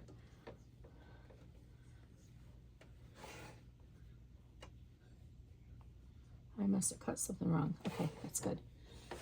You might go back to my group on Facebook and you'll see that I actually had to lay, I can mostly only lay right now, so I can sit for about 20 minutes at a time. So I was laying down and measuring this and cutting with a pen, or not a pen, regular scissors. Okay, so now we want our top zipper pocket. And I'm using a contrasting fabric just so it's more obvious to you. So, and I just dropped the paper. That was piece H, I think.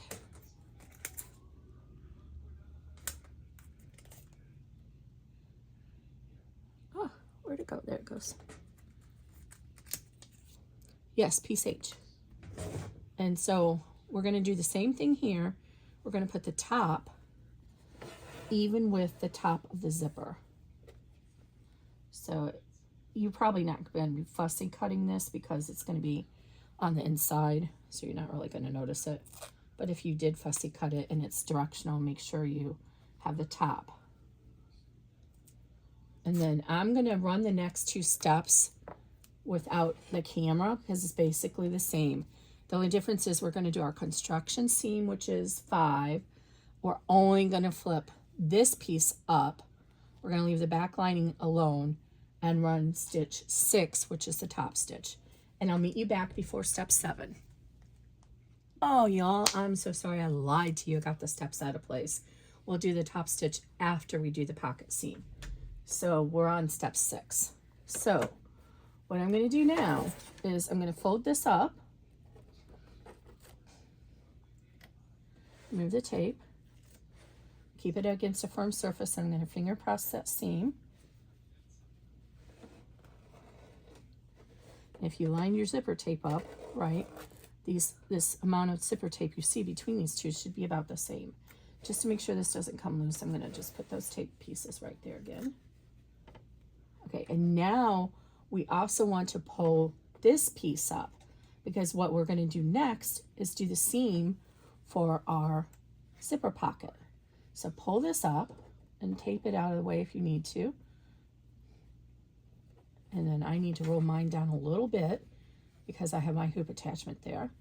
So we're going to seam this. It's going to start here, come all the way here, and finish here. So I try to start it a little bit away from the zipper so that it doesn't get hung up on it. But watch your machine carefully and make sure it doesn't. So I'll go ahead and show you that on film, because the next piece is going to be important.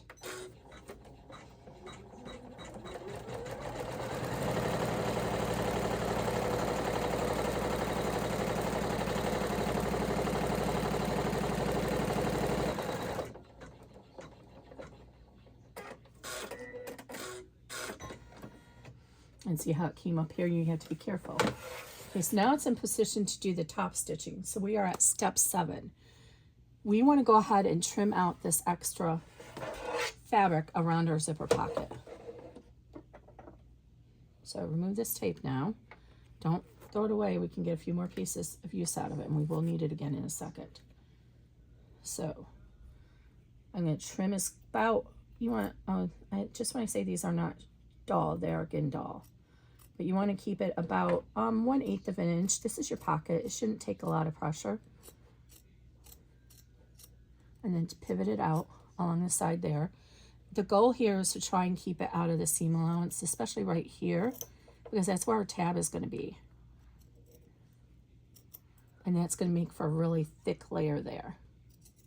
See that placement there for our tab, our closing flap. So we want to try and keep the bulk out of the wallet as much as we can. So go ahead and come in here, pivot. So now you're going to say to me, Kimberly, what if I want a special motif embroidered on that bottom pocket so that when I open my wallet, I'm brought to cheerfulness by what I see? Well, what you're going to do in that case, okay, what you're going to do is you're going to cut, you see it ends right here. You're going to cut this loose. I'm just going to do it just to show you. So I'm going to use the seam ripper tool though. It's a little bit better. So you can try and get underneath the seam allowance, but go ahead and cut across here. I know it. You're cutting your stabilizer. It'll be okay. And then you're going to cut on both sides. And make sure you don't cut into your actual fabric. And cut it up here. You want to go as far up as you can to the zipper, right? Because you want to make sure that you can cut, you know, place it that far. So in the PDF, I think I recommended that you place your embroidery design about 3/4 of an inch underneath the bottom of the zipper. So center it between that and the bottom. That's why I give you the placement lines I did. Okay. So we're going to go ahead and pull this up and tape it out of the way. You're going to get a piece of scrap stabilizer and lay it here, and I recommend taping it to the sides. I don't know if I have a piece that I can show you that real quick. I do. So you just would cut off your scrap stabilizer, lay it up over here is fine, and then tape it to hold it in place, or you could float it underneath. And then you're going to come over to the front of your hoop. And remember, we were folding this out of the way. You're going to fold this back down. And now see if you come under here, right here is where your embroidery can start, because this is where your pocket is ending. You don't want to stitch into your pocket. So you'll start your, let me see if I guesstimated right. The bottom of the zipper tape is right here.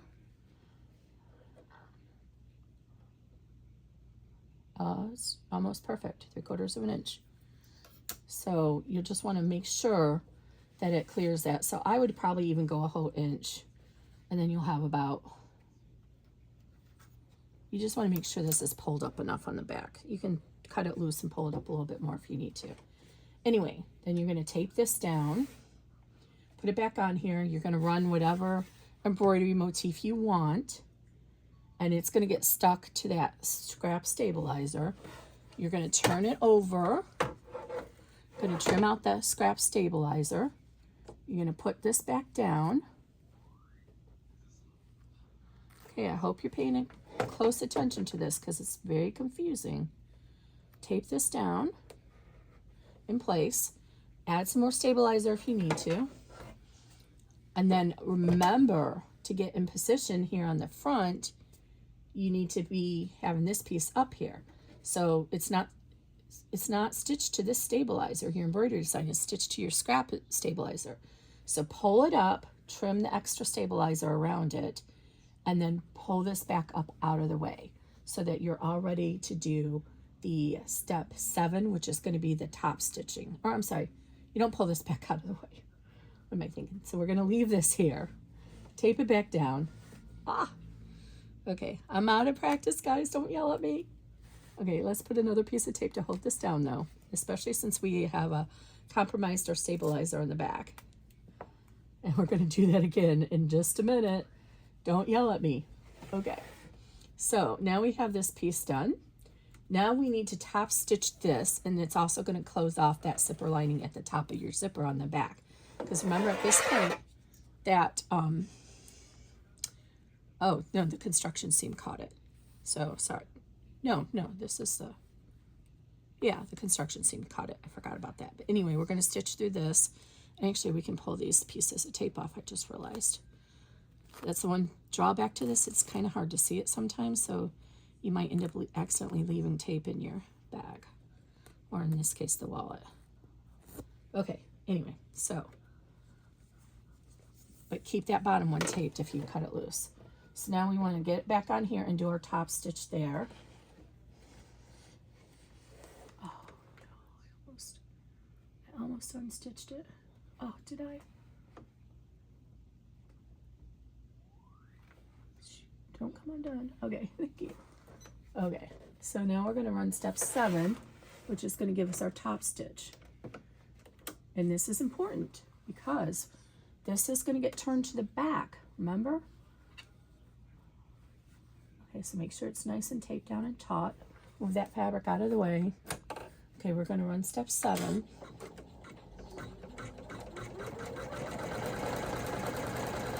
The next step is going to be a little scary, but trust me, it'll be fine. I try not to do this too often, but in this case, it's going to work out just fine.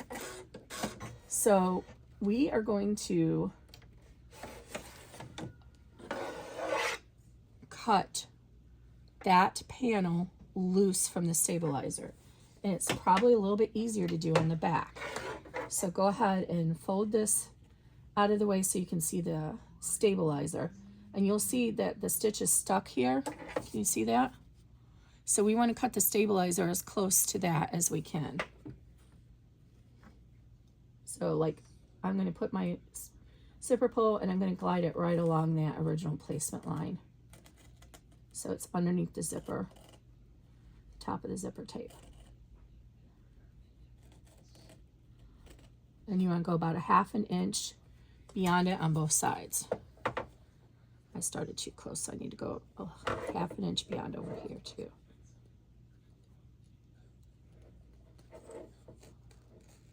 Okay, so now here's the kind of scary part, but again, we're going to do the same thing with the tape because we want a nice smooth edge to our pocket, the top of it. So we're going to use either glue or this tape. And I want to put something under here to prop this up because I don't want to unhoop it, like applying pressure. So I'm gonna put my snap box under here. All right, and then I'm gonna apply this right along the edge of that zipper pocket. And then see it, press it to get it tight.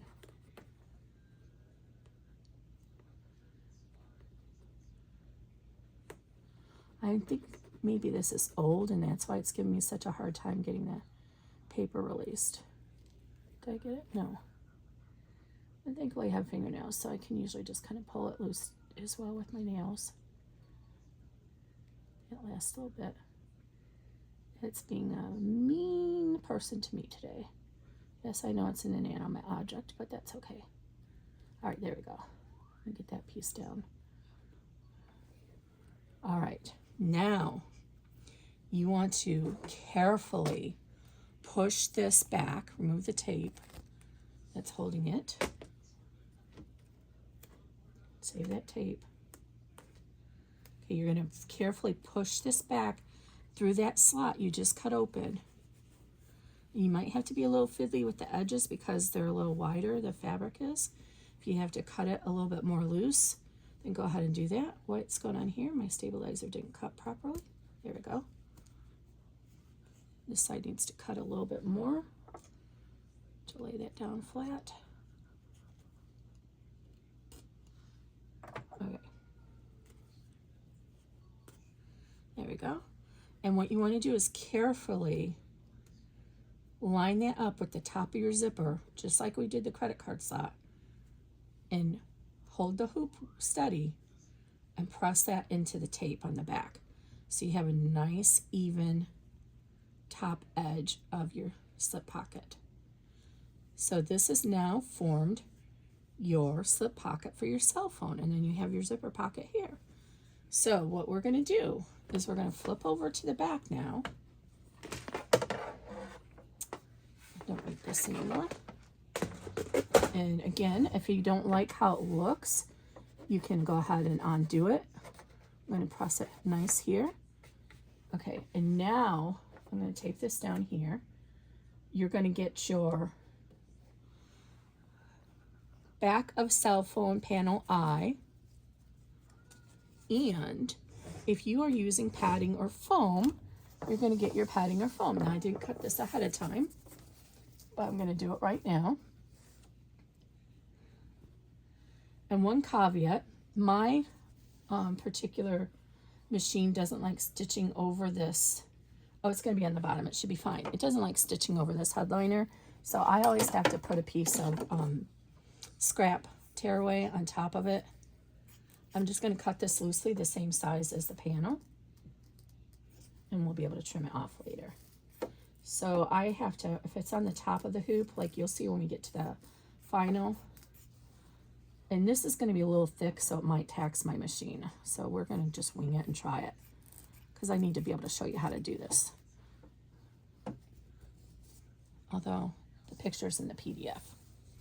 Anyway, so we're going to go ahead and line this up.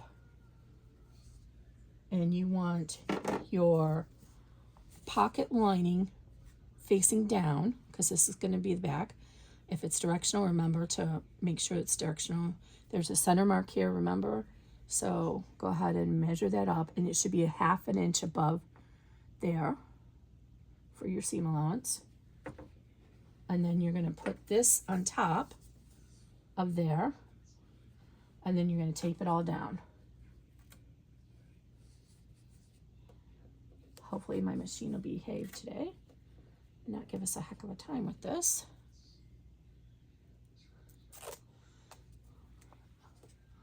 And you know, this is going to be your cell pocket, so having this extra little cushion is helpful. And this headliner has a static, so it'll stick to the fabric. I don't need to worry about spray basting it down or anything like that. Let me move this out of the way, because we'll need that again for our exterior. And hopefully this won't hang up. Okay, so now we're going to go ahead and pull your zipper pull in, and go ahead and keep that tape there.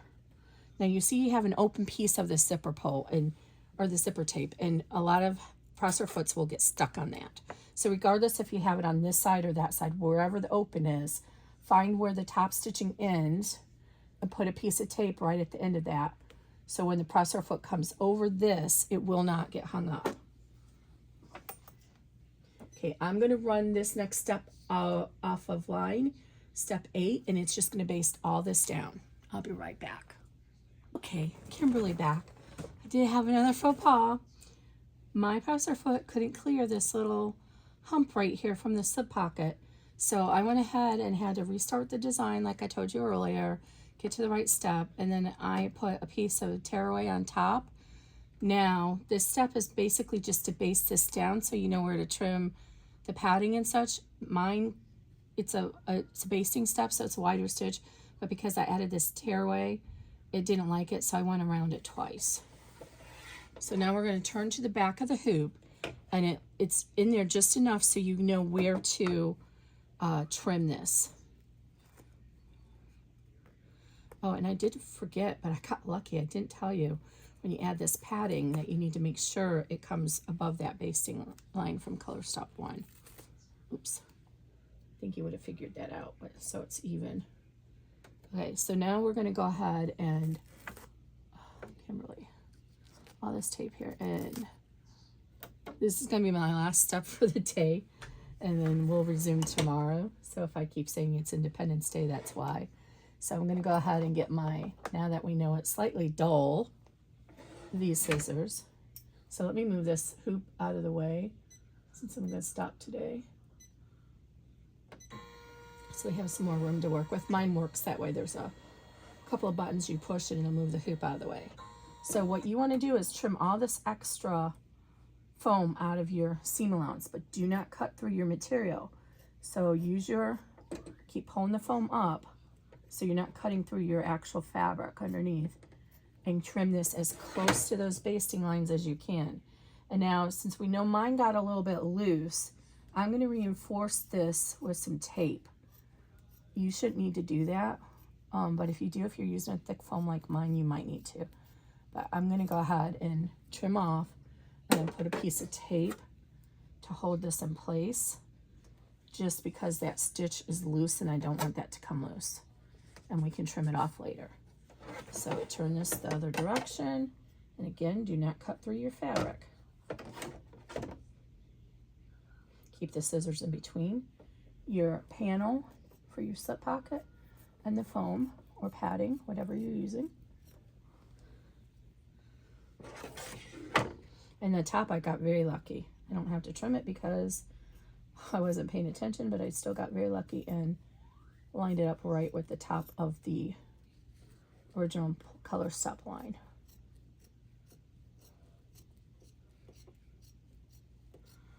If you're using some type of interfacing, you don't need to do this. I do have a little bit I need to trim off.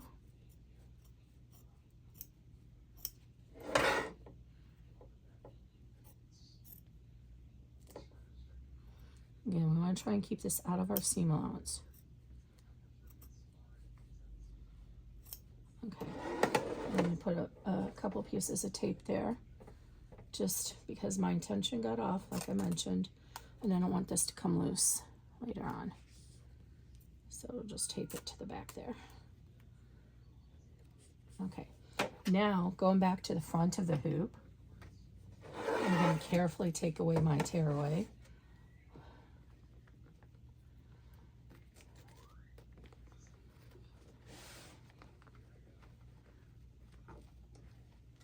And it doesn't tear as well because it's a basting stitch. I need to get this tearaway out of here. I might have to just use the scissors.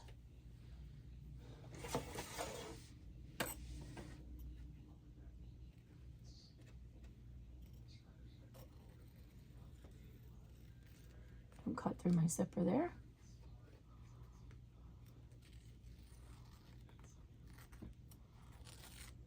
And don't get rid of this big piece of tearaway because you're going to need that later. When we do the flaps, we're going to do the same thing. I like to think of it as a bridge. You're creating a little bridge to get over that hump. If you were using your sewing machine, don't cut the fabric underneath, Kimberly. If you were using your sewing machine, you would be using a hump jumper at those steps to get past them. Hopefully I can get this out of the center then once I get this trimmed away without too much trouble. Trim these loose threads away when you get to them.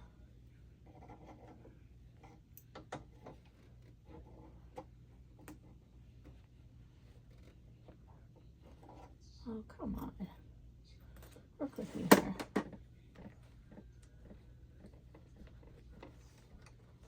Just kind of be very careful. This part doesn't matter as much because we reinforced that padding on the back anyway, but the top part will make a big difference. You don't want to cut those stitches through. And you'll see why in just a second as soon as I get all this off.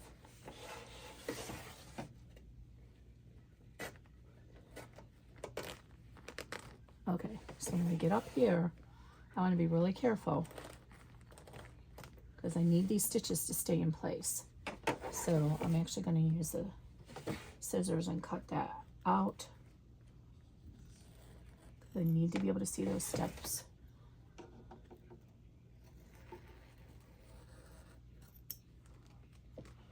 Okay, trim those little threads. Keep that tape on there until we do add the JB there.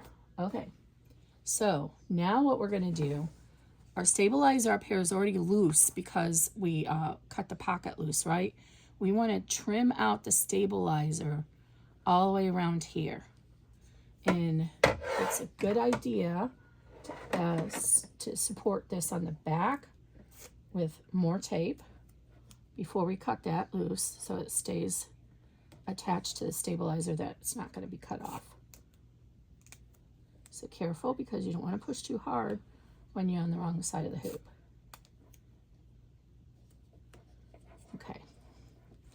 Now we're going to take our little applique scissors.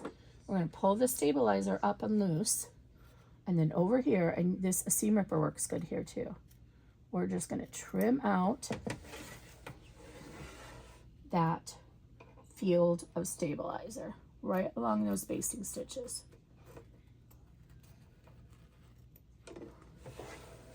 All the way over to here.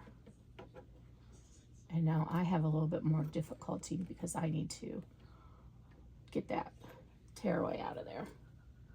Okay, I think it's going to be good though. I think it's out of the space of our, see, this is going to be the final stitching line is going to be right along here. No, it's not. I got to get that out of here. Okay, I'm going to work on that offline though. So this is where we're at right now. So next step is number 9. We're going to add our JA and JB, and you can trim your extra zipper here. This is probably why my applique scissors are dull, because I keep doing this. And then we're gonna come back to step 9, and we're about 3/4 through the wallet now. But look how pretty that is. Oh, so pretty. Okay guys, I'll be back tomorrow on Friday to finish this wallet up. Okay, let's finish this baby up, guys. So I had my nice evening break. It's now Friday, and we're on to finishing up our wallet. Silly me, I was going to try and sneak in a quilting tutorial, and I realized I can't because I have this hooped already. I can't switch it. And I thought I bought another one of these hoops, but if I did, who knows where it's at right now.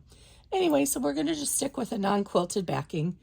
I've got 2 quilting patterns that I'll be doing as an add-on. So probably be another week or 2 before I do that.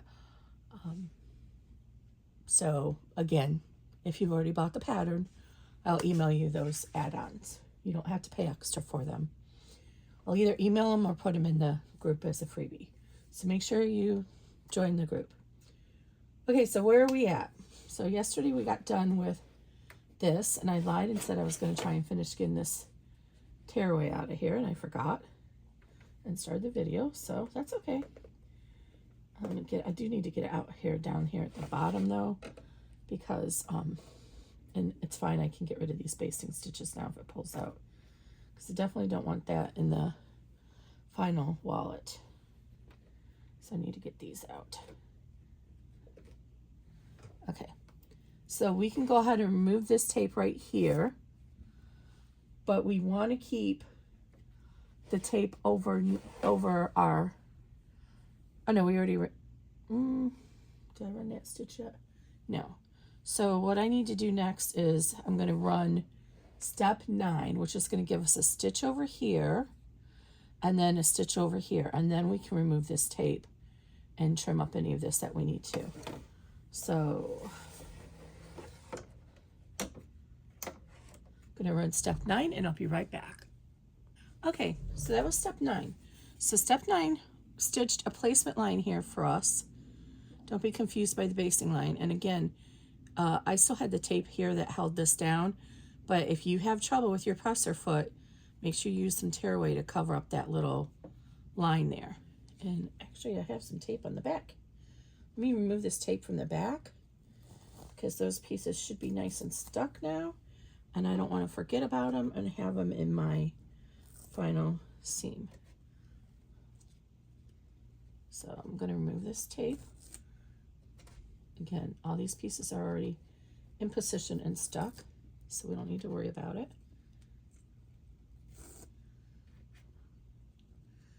Glad I remembered about that. So there's not a lot of bottom work on this bag. Almost all of it gets done above the hoop. Okay, so now's the time that we need our JA and JB panels. These are the ones that have proven to be the most confusing for folks. Let me try and get this tape off here, because we'll put our fabric there and it'll cover up that open zipper, so we don't need this anymore. Oh, I just pulled out my, that's okay, I can wing it. I accidentally pulled out the stitching because, again, some reason my tension is off on this machine today. I don't know what's going on. Anyway, and trim these little extra threads and get those out of the way. I already trimmed off my zipper. So JA and JB, we're going to start with JB. So right here is the placement line for JB. All you're going to do is take this right side up and center it, and I want to make sure it's a 1/2 inch above here so that it's even with the zipper pocket when we do that. So let me get my ruler and measure out a 1/2 inch above that so we know where to place the top of these panels. Because remember, we used a 1/2 inch for our credit card slot that becomes our slip pocket. So we want to make sure this is lined up a 1/2 inch above as well, so we know where to lay it out.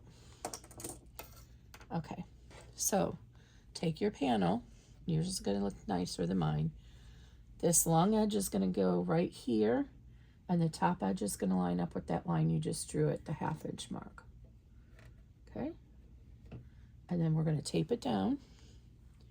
Of course, I just clabbered all that tape together, so I can't reuse it.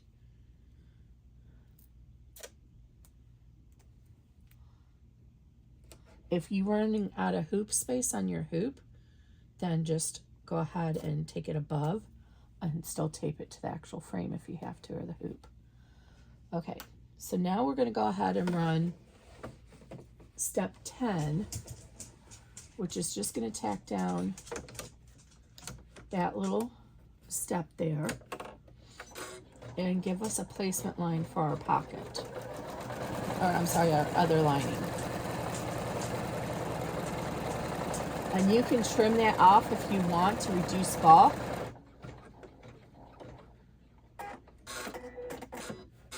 I'm not going to worry about it. Now we need JA. So JA, we're going to stitch it here, and then we're going to fold it under. So first we want to stitch it, line it up with our placement line that we stitched in step 9. Some of mine kind of got cut off, but that's okay. I can see the rest. And then I want to try and make sure it's lining up with this top line as well. So if you want, you can put your ruler there because it's kind of buried now, right? So there, with that line there, and then tape.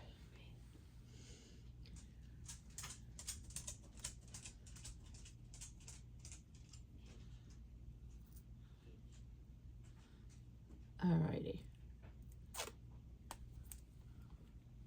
And you can also, if you prefer to use pins at this step in the venture, you can definitely use pins and carefully push it through out of the seam allowance area.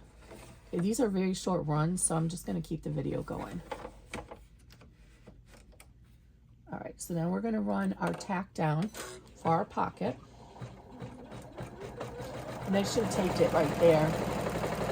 So since I didn't, you can get your little favorite pointing device. Uh-oh. See what's happening? I didn't tape it well. And it's kind of bunching up. I don't want that to happen. So I'm going to go ahead and, because there's a lot of bulk here. What did it do? Oh, that zipper did open up. Oh, I should have left the tape there. But you know what? Mistakes happen. And it's really important. It didn't throw the hoop off at all, so I'm not going to worry about restarting the file. I'm just going to go ahead and fix this again. So I'm going to put another piece of tape there outside of the seam allowance. I thought I would be safe, but it just depends on the materials you're using. This is a lightweight cotton, so it didn't have enough weight to hold that zipper down. So it bunched up on me. But I caught it. This is why when you're doing an in-hoop pattern like this, unless you're doing a really big, dense quilting design, never ever walk away from the machine. Because if I hadn't caught this and been sitting here, that would have kept going and I could have messed up my machine. The timing could have gotten out of whack. Any number of things could happen from that. So don't walk away from your machine when you're doing an in-the-hoop project.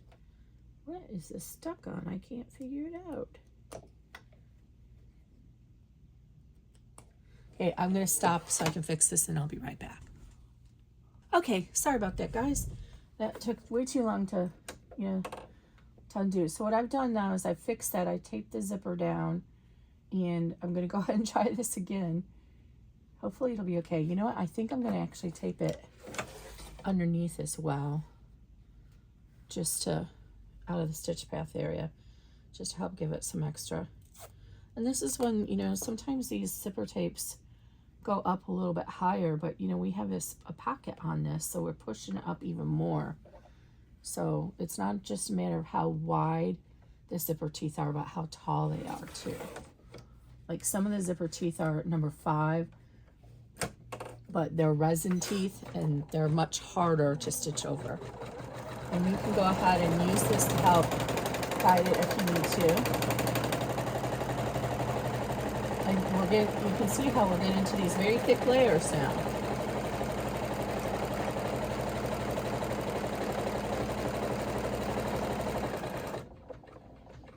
And I have a 9014 needle in there already. If you're using vinyl for the backing, you might actually even need to go up to 100. I just want to make sure that this is going to reach over because, yep, it is. It's perfect. So let's go ahead and remove all this tape. Remember and save these pieces. It's kind of funny since my stuff got all gobbled together. I only just now realized this is actually the table for my 550E. I got a 550E secondhand online through Marketplace and it was working okay, but then all of a sudden after one project the arm quit moving. It would move north to south but not east to west, and then I got sick, so I haven't been able to take it into the shop. I think something maybe came loose in the packing or got jarred loose when my son was taking it out of the box. So now what I'm doing is I'm just going to trim this up to about a 1/4 inch seam allowance. And you don't have to cut through the zipper tape. It's usually a good idea to leave a little bit of zipper tape extended if you can. But otherwise just you can cut through it if you want to.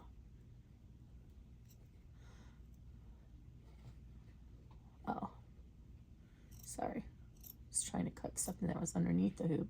That's not going to work. Okay, it's a little messy, but that's okay. You're not going to be able to see it. So let me remove that tape over here before I forget. All right. So now what we want to do is finger press this, just like this, like we always have. And now over here, this is the placement line. You need to have your seam allowance right on this placement line. So go ahead and what you can do is kind of fold it over like this so it meets up to that. Even a little bit over is okay. And then finger crease it this way. Oops. And then you have a fold line that you'll know to fold it under at. So then finger crease it. This is just your hem. All right, and then fold it here. And again, this isn't going to be seen, so if you don't get a perfect hem, it's okay. Let's go ahead and tape this down. And again, you can make sure this is much more even when you press it. Okay, so you see that? So we fold it under on that line, that hem, and so it just covers it, and then we taped it. And now we're going to top stitch, and then we're going to stitch some stitches over here that will serve as our turning point.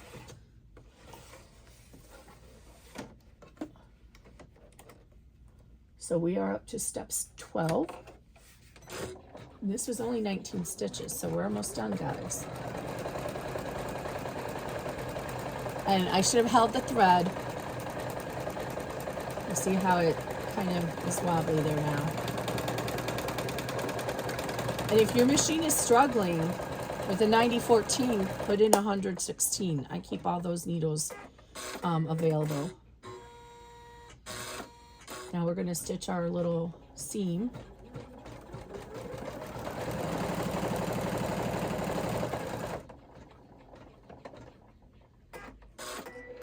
I can tell I folded my hem too much, but I'll double check it. Make sure it caught.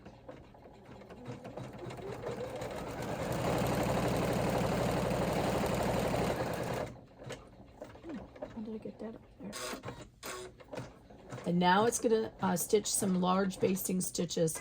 These are just to help us position our credit card slip pocket. So they're very large basting stitches.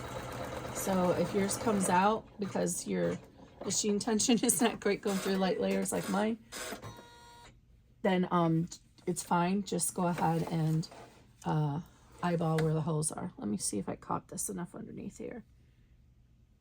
In the seam, I did. So you want it to fold right at that placement line. I folded mine a little wonky, but you can see it doesn't matter. You're not gonna be able to tell at the end. So I'm gonna put these pieces of tape here. Excuse me.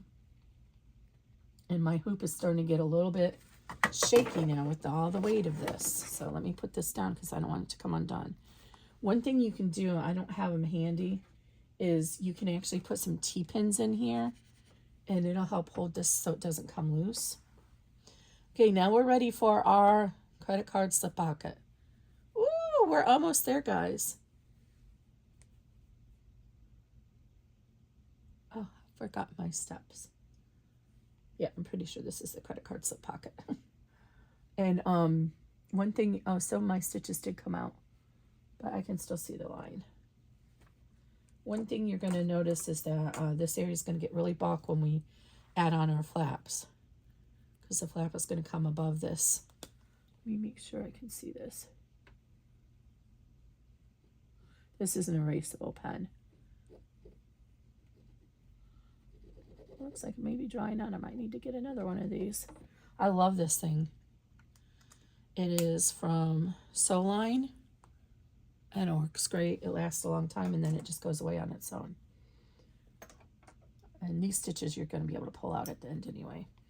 Okay, so remember on our zipper placement line, or I mean our pocket, we have these lines here, right, for centering.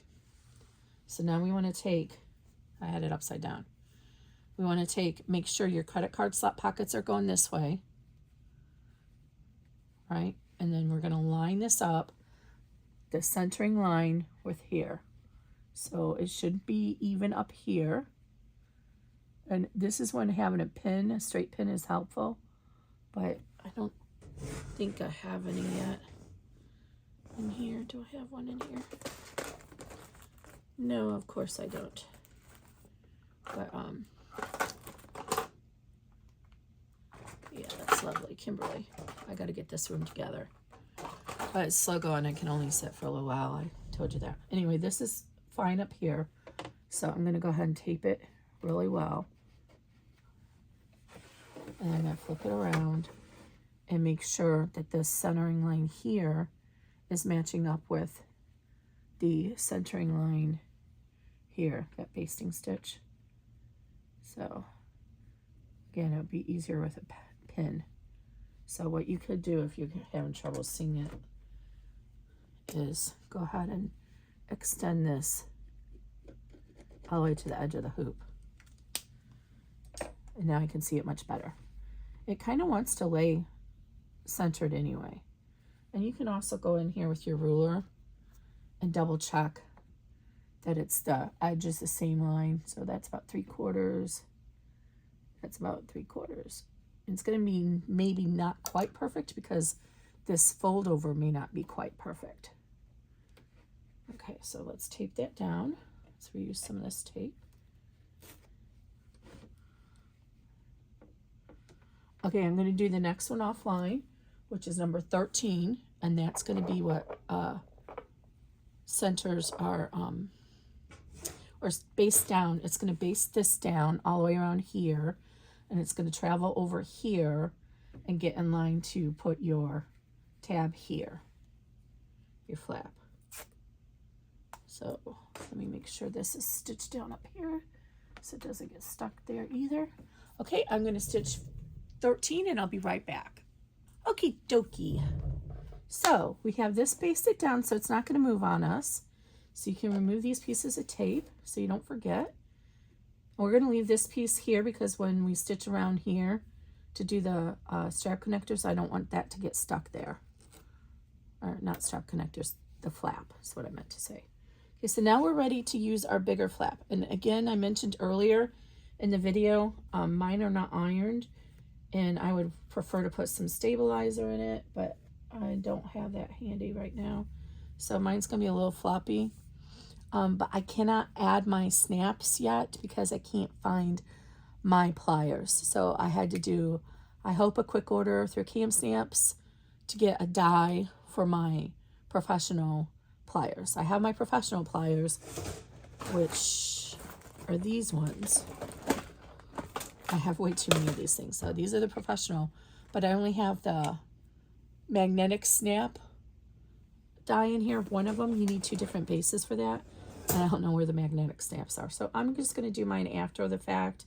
So if you wanted to bury your snap in here, you would just go ahead and put your hole through here for your snaps, center, you know, poke your all through there, and then push in here and get your cap buried underneath here. Putting a little bit of glue on it would help as well. So for now, since I can't do mine, mine are going to end up showing. So what I'm going to do is find on the stabilizer, and I forgot to mention when you trim these away, it's in the PDF, make sure you transfer that marking onto this so that you can measure it. I left my stabilizer in there to give some extra body. So anyway, so right there it is. So I'm going to just use my fingers. And in theory, you should be able to just fold it in half and crease it, and it should be even. So remember, your snap is going to be, this is right side facing up. This is your exterior piece. This is your lining. I should use 2 different fabrics to make it more obvious. Your snap is going to be facing down. So you want to go over here and find that place where we drew the line right there for our placement. Not this line, but the bottom line. That's for our snap, or our displacement of this, right? So you want your pocket to be right there on that line. That's our centering for the wallet itself. Now see how the basting stitches here? You want to go and extend this 1/2 inch past those. So for most part, it's going to be right at the edge of the hoop for most of you. But you want it to be about 1/2 inch past those so you can see. And actually mine's a little bit long. No, it's going to fold right here. I want to leave a little bit of extra. So you have a little bit of adjustment in this. You can cut it a little short, but what you want to think about is the middle is going to be right here. See, here's our middle mark right here. So when you fold it in half, that exterior is going to come over here, and then your flap is going to go this way. So how far over do you want that flap? If you're going to put a lot of stuff in this, then you need a little bit more room for that flap because you're going to have your little phone in here. Let's see if I can put my sample phone in there. What did I do with it? I was able to buy these dummy phones on Alibaba, and they're just like a demo phone, and I can't find them again to get the newer models. So this is supposed to be the 14 or 11. You see there's lots of room here. So see how automatically when we put this in here, it raises up the flap. So there's the middle. So you have to think about that. You're going to have stuff in here. I'm still going to make mine over a little bit because I did not trim it exactly at the end. So I'm going to cut a little bit of mine off and adjust it a little bit because my phone is, well, I'm going to have a case on it, but we'll see. This should work. It's okay if it's a little short, but so you have a little bit of adjustment in there. Anyway, so let me refold this and remark it. Again, stamp is going to go down. Let me find that little mark here. Remember, it's not this one up here. It's the bottom one as you're centering. I'm going to take that over to the edge. And now what I'm going to do is tape it down. And I am going to put some tearaway stabilizer over this because it's going to be very bulky and my machine is not going to want to try and get over these bumps. So I want that tearaway to help act as a bridge. Now after it stitches this down, it's going to come up here and run the stitch placement lines for the D-ring strap connector, the wallet closure or the cell phone pocket closure, and the other D-ring strap connector. So we're up to step 14. Where did I put my tearaway? Oh, where's my scrap tearaway? Okay, so I'm just gonna cut a piece of this. This is why when you're doing projects with stabilizer, any stabilizer tearaway or poly mesh, whatever it is, always save your scraps when they're big because they come in very handy. You can use them for this step or to give extra support for embroidery. Okay, I'm going to run step 14 offline. I'll be right back.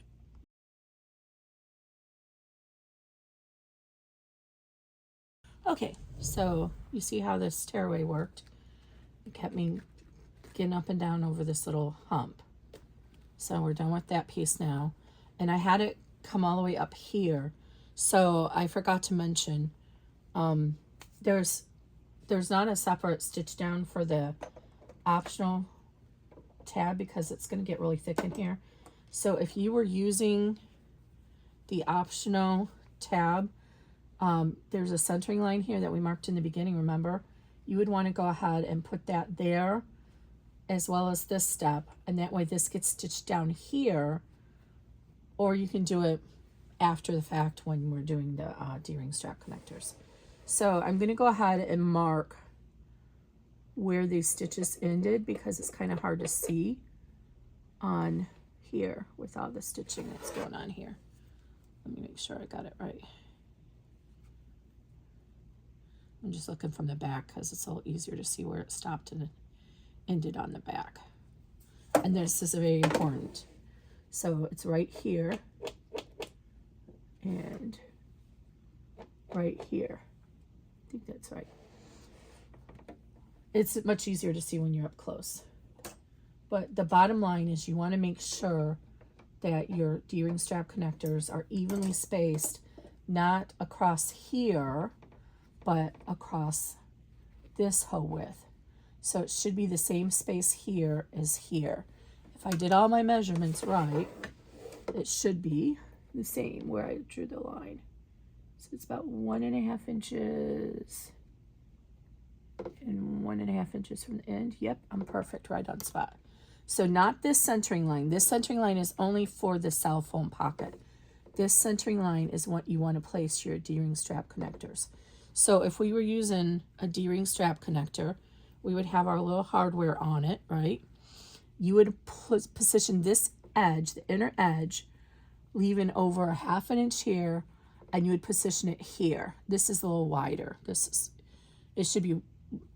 I think, 1 inch, and I actually, oh yeah, this is way too big. So it'll be half of this.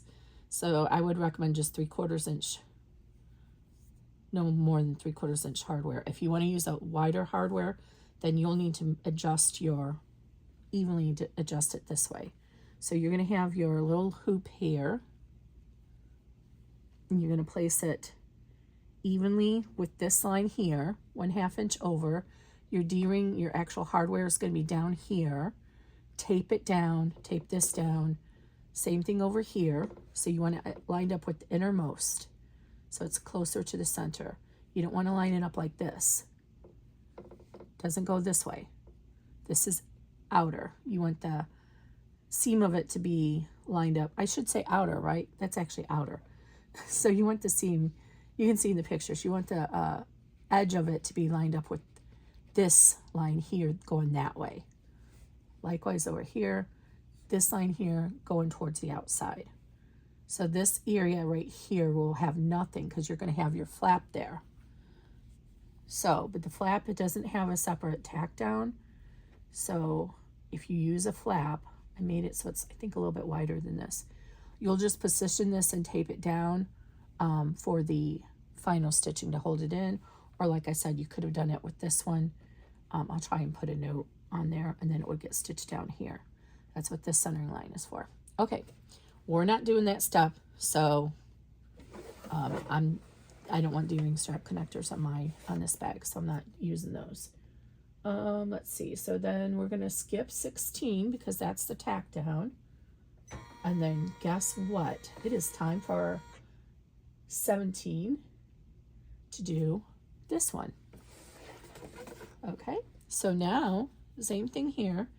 Either fold it in half or find that registration mark that we did earlier and fold it, mark your center with your credit card. And again, you can have a little bit of flexibility and placement. You just need it to come down here, but once this is full with cards, you got to realize it's going to use up some space. So if you put your snap right now all the way here because it'll fit, by the time you add cards in here, it's not going to reach because this is going to raise it up and take up more space. So you want to position it so it's like about a 1/2 inch above. See how we have our 1/2 inch mark here? That's how you want to position it. And we have our little line here. Again, you can extend that to the edge of the hoop so you can see better. And that's what you want to line up the middle of your pocket. Again, this is the lining side where the stamp placement is at. This exterior, if you're using something different. So there's my halfway mark. So I want to line that up even with the top here. So I know I have a 1/2 inch seam allowance. And then I'm going to position it here. And you see now I have a really good amount of space down there to handle the snaps. Now we want to tape this down. I'm going to tape it just under where it's going to stitch so it doesn't come loose. And then I'm going to tape the very bottom. And then we're going to use the tearaway to act as a bridge so that our machine can get over that hump. So I'm going to get it back into position. And you can see right here, if I were to start this right now, see how tall that is standing up? Even if I put tape on it, it's going to get, the presser foot's going to get stuck on it. See, here's my presser foot. See how thick that is? But when you add the tearaway, you just want it to be over both sides by a little bit. You don't even have to tape it down. So now when I add the tearaway, it's going to help compress that layer down and then get over the stitch. So this is 17.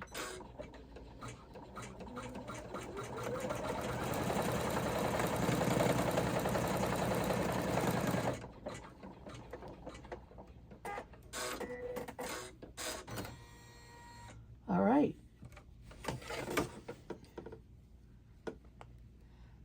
I hope I didn't get this off kilter because that stitch should have been right through the center.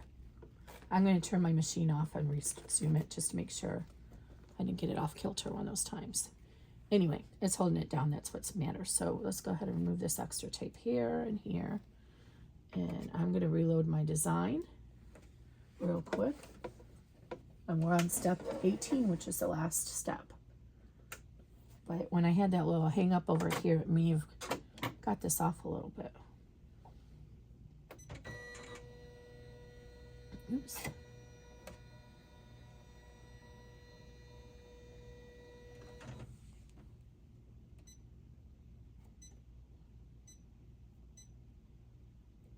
Oops, wrong one.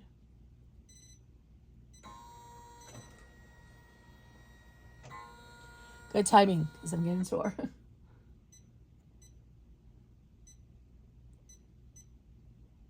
Okay, and what I'm going to do is I'm going to go backwards on the steps instead of forward, because we need to start on 18.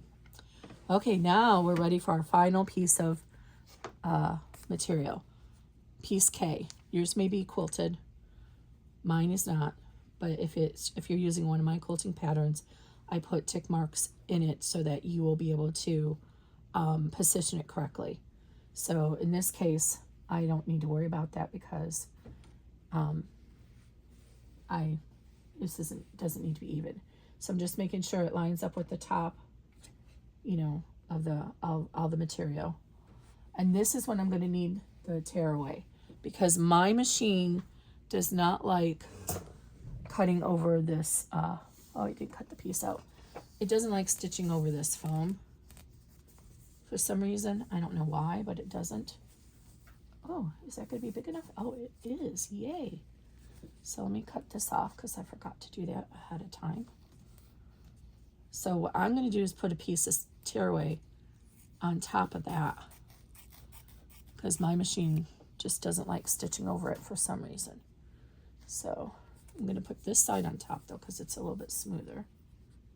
Oops, make sure this is all centered as best you can. Okay, and then I'm going to tape it down. And this is getting really thick here, so I hope my machine can make it. I'm wondering, I should probably put a 100 needle in at this point. I would if I knew where my needles were at. See how thick these layers are now? I'm doing this just so you can see. So if you're working on a single needle, it can help you gauge what kind of materials you can get away with. That's why I always recommend you just do it in scraps. Use up your scraps and make a fugly wallet so you know what your machine can handle. Here's my scrap tearaway. I'll lay that on top. You might not need to do this. I only have to do that because my machine does not like I said already, being redundant here. I apologize, guys. Tell me to shut up. Well, but say it in a much nicer way. Be quiet, Kimberly. You already told us that 3,000 times. I know, guys. I'm so sorry. Of course I can't. Oh, I do have 116 in here. Awesome. I'm going to go ahead and swap out to 116. These are the anti-glue ones. Oops. So that they, in theory, they shouldn't, let me move my hoop out of the way so I have working here. They shouldn't get all gummied up from the tape, but to be honest, I haven't noticed any difference with them. And also, like, if you're using sticky vinyl, I have this little gym mat underneath here to help with the sound of my machine. So I just put my needles in there. I keep one section for 7511, one section for the 90s, and then another section for the 100s. I know this is boring, but I really want you to be able to see how this machine, whether it struggles or not, so you can know what you can do on your machine. My old eyes are getting, I just take my glasses off to see anything close up. I do realize what part of the problem is this thread is shredding when I cut it. I think this is a rayon, and I shouldn't have used this thread. I should have found my wizardry thread, because the rayon is not strong enough for construction. It also tends to stretch. So when you're doing your stitches and something gets hung up, it's going to stretch and pull. Okay, so let's put the hoop back in position.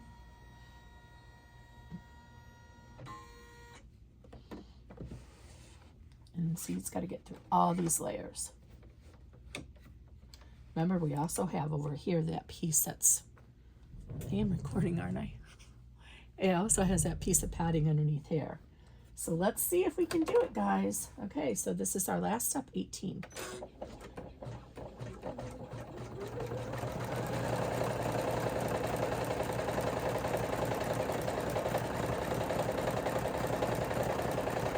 And I probably should have taped this down.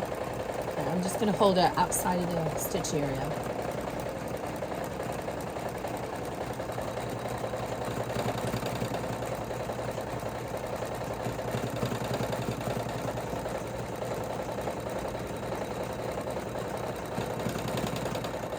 It's a lot of layers it's going through. It's going to stitch around this twice, just for added strength.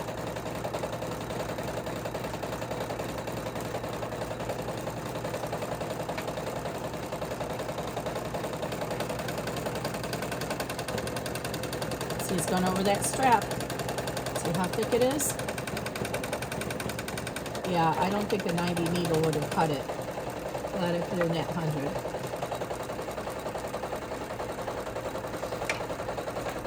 And look in your manual for your machine to see what is the largest needle size you can do. Uh-oh, I should take this down better.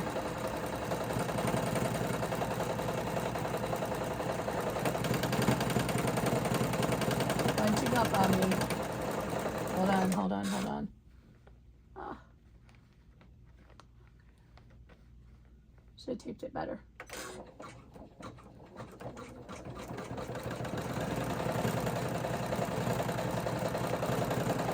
It's going to come around again. This is really important if you're using vinyl because it tends to want to stretch in the seams and you can see the thread. So if you do another set of stitches, like 1/16 out from the first into the seam allowance, it helps give it extra string so you don't necessarily see the threads. And sometimes you might still see them. Again, in the hoop bag doesn't have the same tension and integrity of the stitching as a sewing machine does because it's meant for doing an embroidery design. We are taxing our machines when we do all these in the hoop projects. Now, I would hope the higher end machines do better. Like I know the Brother machine, you can adjust the presser foot height, but I don't know if they're any stronger. The multi-needle machines, they can whiz right through this for the most part. I only taxed my 6-needle machine one time.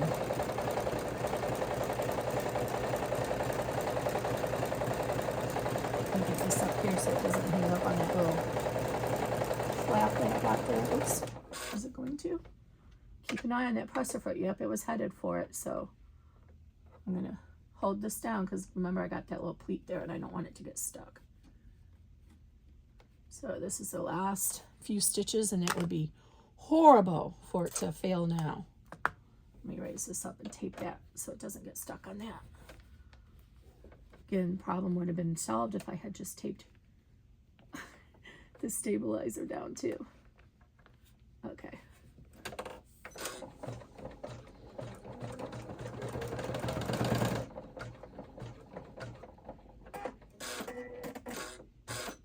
Now remember, 19 is just to make the machine stop here because you can see what kind of damage it would do if it suddenly tried to come back here.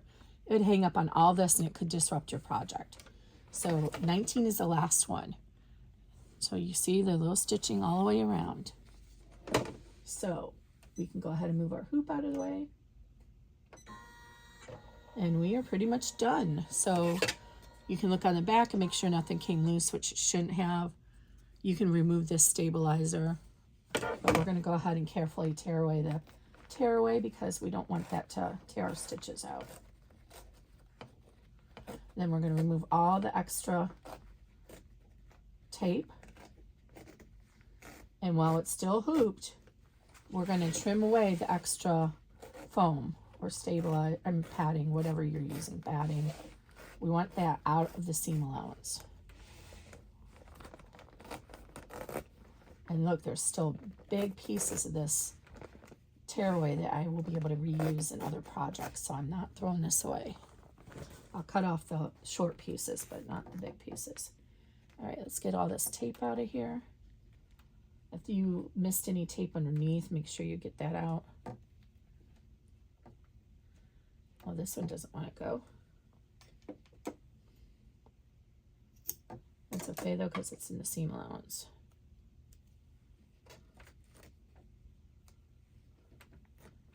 And the good thing about this tape is it comes off fairly easily, and it like breaks away easily too, so you can get it out of your seams pretty good.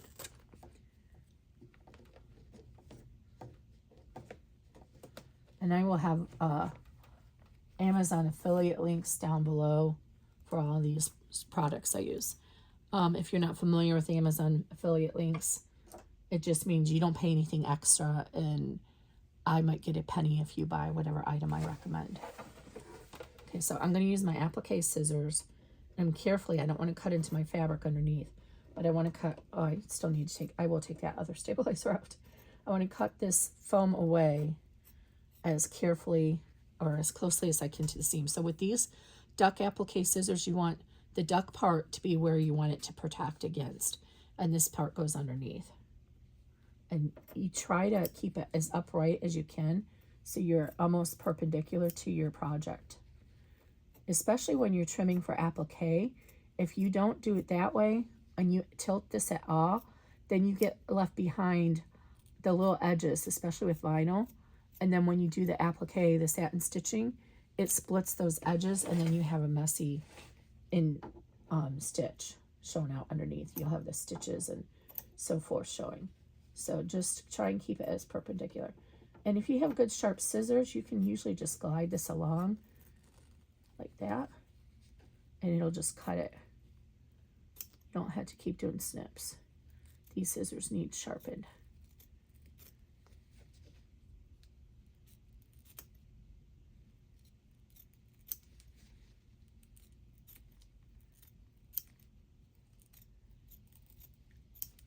Now these little pieces of foam usually are not salvageable, but do check your local recycling program, because it may be something that is recyclable for your program. Sadly, not mine. Mine's not as great as I would like it to be, but it's better than nothing. And we don't have to pay extra for it. Our city made a decision years ago to have weekly, we used to have it bi-weekly, but now it's weekly free recycling. So they put it into the budget, and it's awesome. Okay, now let me get this tearaway off here that I missed.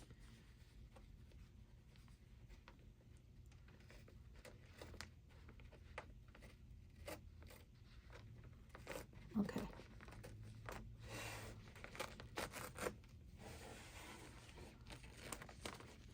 So you see how it's easier to have done that while it was still in the hoop, because there's tension created from the hooping, and it makes it easier to trim that away.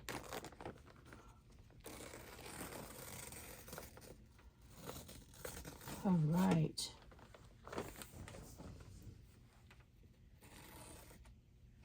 Oh, I missed this big section up here, guys. How did I do that? All right, we are ready to finish our wallet.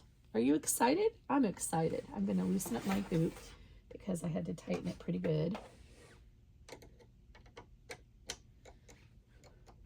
And if you're not aware, if you're newer, most of the hoop screws have a little slot in them, so you can use a screwdriver to turn them and loosen them. Then unhoop it. Put your hoop away. Oh, I still have some tape on the back somewhere. It's getting hung up. I had some tape I missed. Okay. Let's put the hoop away. I have this new hook thing on the top of my peg board there, so I want to make sure that these two pieces stay together so it's easier to get it on and off. Okay, now we want to trim out all this extra stabilizer, but it's probably to do it from the back where there's less layers. So I like to take and start in one corner and work my way in, and then I just fold back one of the, you know, seam allowances. So I'm doing it on this side. So I'm gonna, as I go along, see, I can see my blade underneath here. So I know I'm not cutting into the fabric underneath, but when you get to like the tabs and stuff, then your scissors might get off kilter. So just keep an eye on that. And I like to cut it, all of this out as much as I can to close to the seam allowance. And if you do it like this, you can get really close to that seam allowance.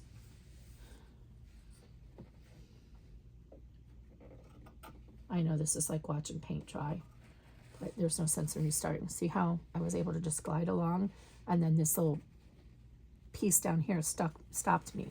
So that's okay, just reposition your scissors over here, stopped me. Reposition your scissors and start again. You just don't want to cut into your actual project.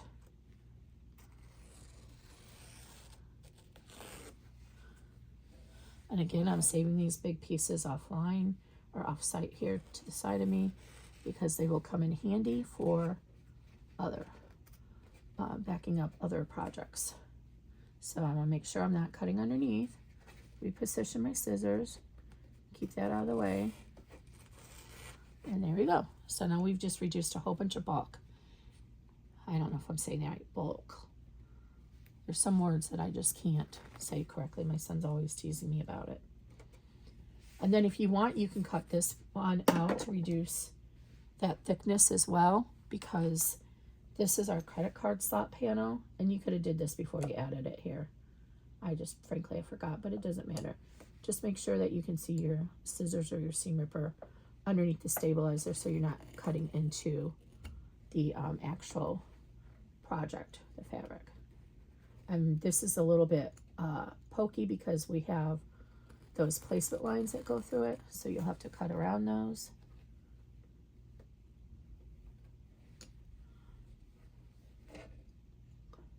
And again, you don't necessarily have to remove this. You can leave it in if you prefer, but it's just a very thick part of the wallet, so I'd prefer to take it out, just to help reduce that thickness a little bit, especially if you're using a heavier, thicker cutaway than I am.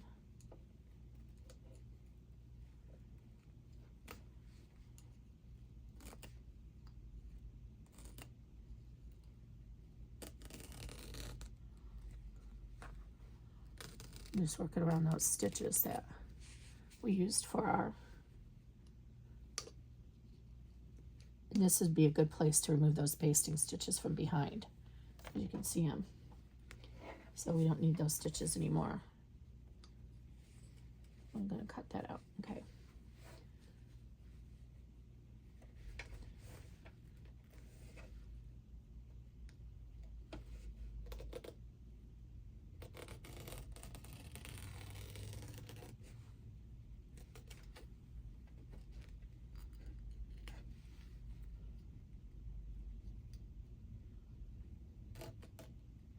You don't want to cut into those stitches though. These stitches are your pocket, to hold your pocket in place.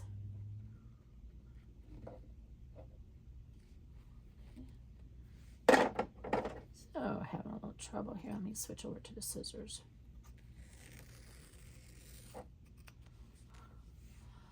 And this is just again to help reduce some of the thickness behind the wallet. Perfect. Okay, now let's trim our wallet. So I think it's probably easier to do from the front so you can see those final stitches. So we're going to trim all the way around about 1/4 inch. Oh shoot, I cut the flap. Leave your D-ring strap connectors and your flaps about 1/2 inch. When you get to the corners, just go ahead and, oh, how did I miss this section, guys? Oh, I totally missed this piece. We don't want that in our, seam. Okay, sorry about that. So when you get to the corners, a lot of people just do this and chop it off that way. I don't like to do that. I like to taper it like this. I find it works much better. And I'll show you at the other corner too. I find it works much better because you're reducing the bulk right here. And then go ahead and finish trimming here. This is already about 1/2 inch because this is the top part where we positioned everything at 1/2 inch. So there's not as much to trim away. And see, I got my little tab here. I don't want to cut that. I'm going to cut just shy of this. Pull it away. Pull it away. And then trim behind it. Because what happens with D-ring strap connectors and those flaps is over time, you're constantly pulling on them and they have a tendency to come loose in the stitching. So again, over here, we're going to not cut it off at a angle. We're going to pivot or taper it into that seam. Okay. I'll show you again on this one because it's going to be easier because it's a little bit cleaner. So we get here and we want to taper it like that and then taper it like that.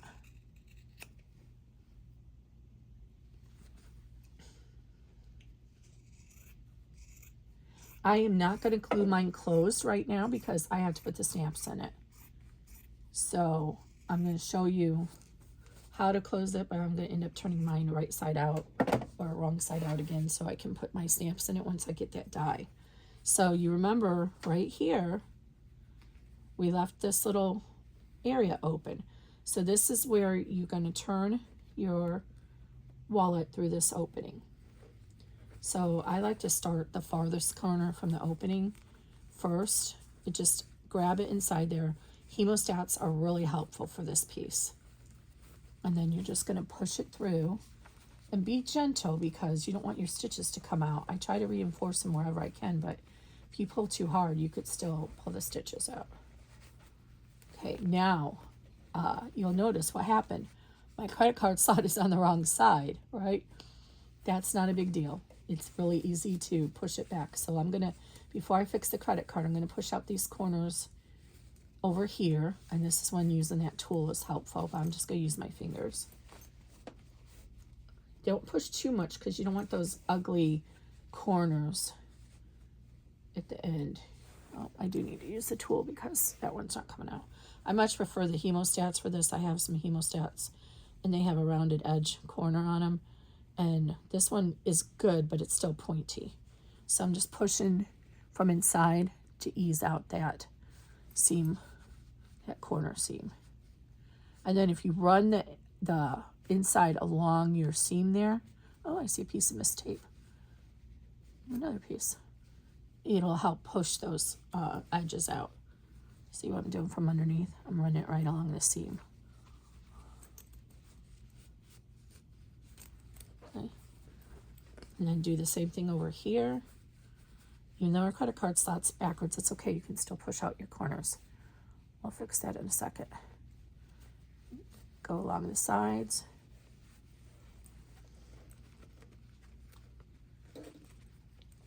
And you do need to make sure your credit card is in the right position to put your bottom stamp if you want to bury it in the wallet. Okay, so once you put your snaps in place, then you see you have a nice closure here. So I use permanent glue. You can use tape, or you can hand sew it, whatever you want, and just close that opening. And let's flip our credit cards back to the right side. And then we should be able to easily push the corner out.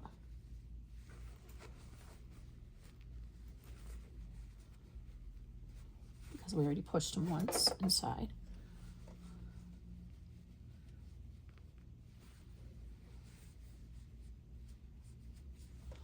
Okay, there we go. And you'll take it and press it. And so here's our tab. So you can actually still get inside here. Well, on this one, you're going to have to put your closure snap through that pocket. But for over here, you can get underneath there if you want. Oh, actually, no, you can't. What am I thinking? So this one is the same way. If you want, oh wait, yeah, sorry, getting ahead of myself. If you're using the closure up here, your receiving snap will have to go through the lining and the outer part of your zipper pocket. You can tell I'm rusty on this, guys. I'm sorry, I'm shibboleth jabbing, but I know everybody wants this video. And you can see already how much of this bulk of the seam has adjusted this tab closure. So now you see it doesn't go over as far because the seam is pulling it under. So now I'm going to go ahead and dress this up. You're going to assume that you have already ironed yours. I'm going to put some credit cards in here. And what you want to do is put all the cards in here that you're going to use. Okay. And you can put like, this will actually hold 2 phones even. Most phones will still fit inside here too. So, and then put your phone in here. I wish I had another one to show you. But anyway, the point I'm trying to make is fill this up as much as you think you're going to have in it because it's going to raise the bulk. If we were to go ahead and fold this in half,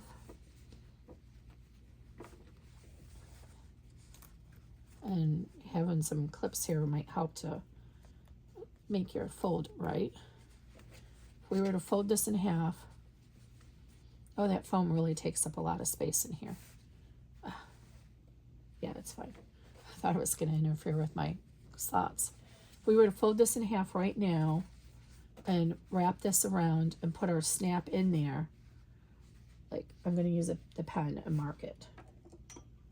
Okay, so we're going to fold it over here and then we're going to mark our snap right there, right? So I'm going to put an X there. When we go to put our phone inside or whatever else, coins and all that kind of stuff, let's close our zipper pull. When you go to close this and then you pull over, you see even in this shorter distance, you can see where the snap now is, that would be too far over. See, there's the center right there. So it's like a 1/16 to an 1/8 of an inch. So you would end up having to pull it really tight, which will make your wallet look funky and put too much stress on here. So when you go to put your snaps on, fill your wallet up. I don't even have this closed down. That takes up more space too. Fill your wallet up with what you want in it and then mark your receiving snap placement there. So I would not recommend using foam for the exterior and this pocket because it makes it really thick. But again, generally you want to quilt it because the quilting will smash it down and take some of the loftiness away, but I wasn't able to do that. I just wanted to show you how to do the foam so you can see. And I don't have a pin or something to hold this in place to take a picture. But anyway, there's your final wallet. And if you had used the D-ring strap connectors, you would be able to hang it and wear it across like a crossbody. Make sure when you apply this snap that you pull this nice here so it's not shown on the outside. And this one's nice and padded, so it'll keep your wallet straight. And when you have this filled up, let's see if the foam comes out. Somebody was worried about the foam coming out. Yeah, if you hang it upside down, it might come out, but you're going to be putting this in your purse like this, so it's not likely to fall out. And if you use the D-ring strap connectors or wristlet, it's going to be here. So it's up to you if you want to use that additional flap. Okay, there it is, guys. This is the penny wallet. This is the regular size, so you will need a hoop that's about 8 by 11, but it will work with the Janome large hoop 7.9 by 11, you know, because I just did it on there. And then I will be working on the junior version, which will be a little bit smaller, and the credit cards will go like this instead. And then the jumbo version, which will have the cards going like this. I'll have enough room to do it. You can see I didn't have enough room to do it this way on this one. But the jumbo, there will be enough room for the cards to go this way, so You'll still have your slip pocket, but all the cards will be facing this way, so you won't need this piece. Oh, it's so cute. I love Tulip Pink. Just love her. What's going on here? What did I do? Oh, that's where I had to glue my seam together. Got caught up on there. That's okay. You're not going to have to do that. You're going to use one piece. All right. There we go, guys. How cute is that? Oh my gosh, it'll be really cute once I get my snaps on. I'll take another picture then. All right. If you like what you've seen, even with all my rambling, but you like my patterns, please consider liking the video and subscribing so that when I release a new video for a new pattern, you can see it. You can also click that little bell for notifications and so forth. But yeah, I'm very excited about this penny wallet.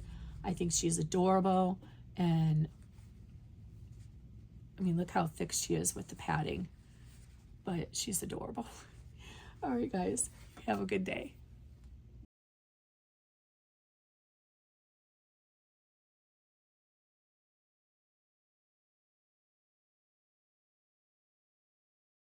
Okay, guys, in the meantime of filming the last bit, I did find both my mini iron, love this thing from Cricut, I'll put a link down below, and my snap plier.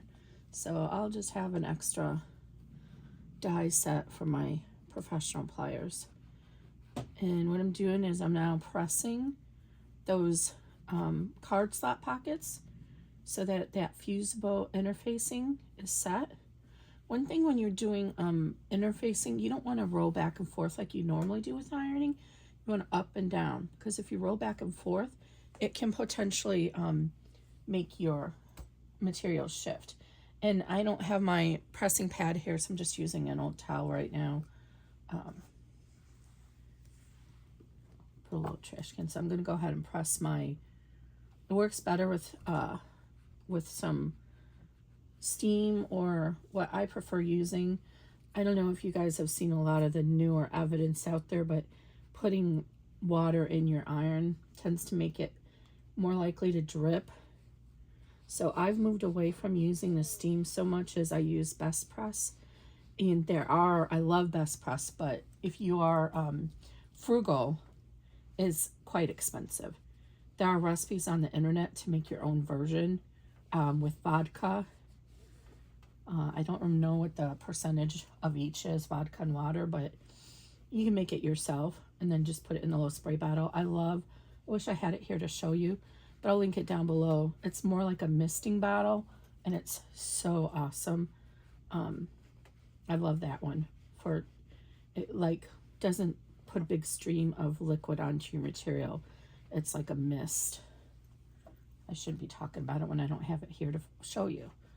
So I'm just going to go ahead and press this as long as I'm here, because I'm not 100% sure that I can use my HT Vront press in this my newest sewing room, because it won't plug into, at least in my experience, it will not work on a extension power strip. So it needs to be plugged right into the wall, and I'm not sure that my power in this room will support it, so I got to test that out yet. I may have to call the electrician to put in another outlet just for that. So this comes with this cute little hopefully you can see my video. Yes, you can. This little base. Okay, so I'm done with that, so we can go ahead and turn this off, I think. And as I was mentioning at the end of the video, we can get rid of this towel now. I have all these towels, y'all, from when I first started getting into embroidery. Some of you who've known me for a while know this. I actually had plans on just doing finished items. I had a plan for doing custom layettes for baby showers. And one friend, whose name will not be acknowledged, Lori, asked me to make a simple design pouch for her in a very specific size, and that was it. I had dabbled in digitizing before for my own personal needs with the Bernina software, but I became obsessed, and I had the first triangle pouch out there, and that just, I went off from there. So I have all these towels left over that my people found when they were cleaning up my room. Okay, so anyway, here we go. Here's the finished product. So I mentioned what you want to do is put whatever you're going to put in here. I don't know where the rest of my sample credit cards are, so we don't have a whole slew of them here, but I'll just do every other pocket. And you want to fill this up with your objects, because you want to make sure you have enough room for these once you put your snaps on. Okay, so I have a phone here. To give extra measure, I'm going to put another phone here. I don't have all these phones. These are my dummy phones. Just so now I know I have a good thickness on both sides of this. So when I go to mark where I want my outside snap, I have a good idea of where that's going to be. So now go ahead and pull this over. And I mentioned that I used the foam, headliner foam, in both the back of this pocket and the back. I do not recommend that. I did it so I could test for you all, but it makes it very lofty and there's no quilting, so it's actually a little difficult to fold. Now over time, your material will end up getting a natural crease here and make it easier, but for right now, especially since I have that phone in there, it's a little bit harder to close it. You're not likely going to have two phones unless you're me. I actually have a separate phone for work that is just Wi-Fi only to do my security login and everything. So go ahead and mark this, and we're going to go ahead and put our snap on this side first. So again, if you prefer, you can put the snap on first so that the cap is hidden inside the material. This is my beautiful glittery hoe press from Mormino. So I'm going to center that in that little area there. Mine's a little bit hard to press, but when you hear that little click, then you know it's there. I prefer using the center press as opposed to an awl because it takes out extra material. Now on this little cotton, it doesn't matter, but when you're doing vinyl, it makes a big difference. Okay, so now I'm putting my cap on the outside, and I want my outie piece on the outside. Just my personal preference. I find over time that it works better that way when you keep the innie piece. So here's the pieces of your plastic snaps. You have the, what I call the innie piece, my neck frame, and then the outie piece. And then you have two caps. So you need to have 4 sets of these, well, 2 sets. 2 innies, 2 outies, and then 4 of these caps. I hope I have good view of the camera there. Okay, so I want my outie piece.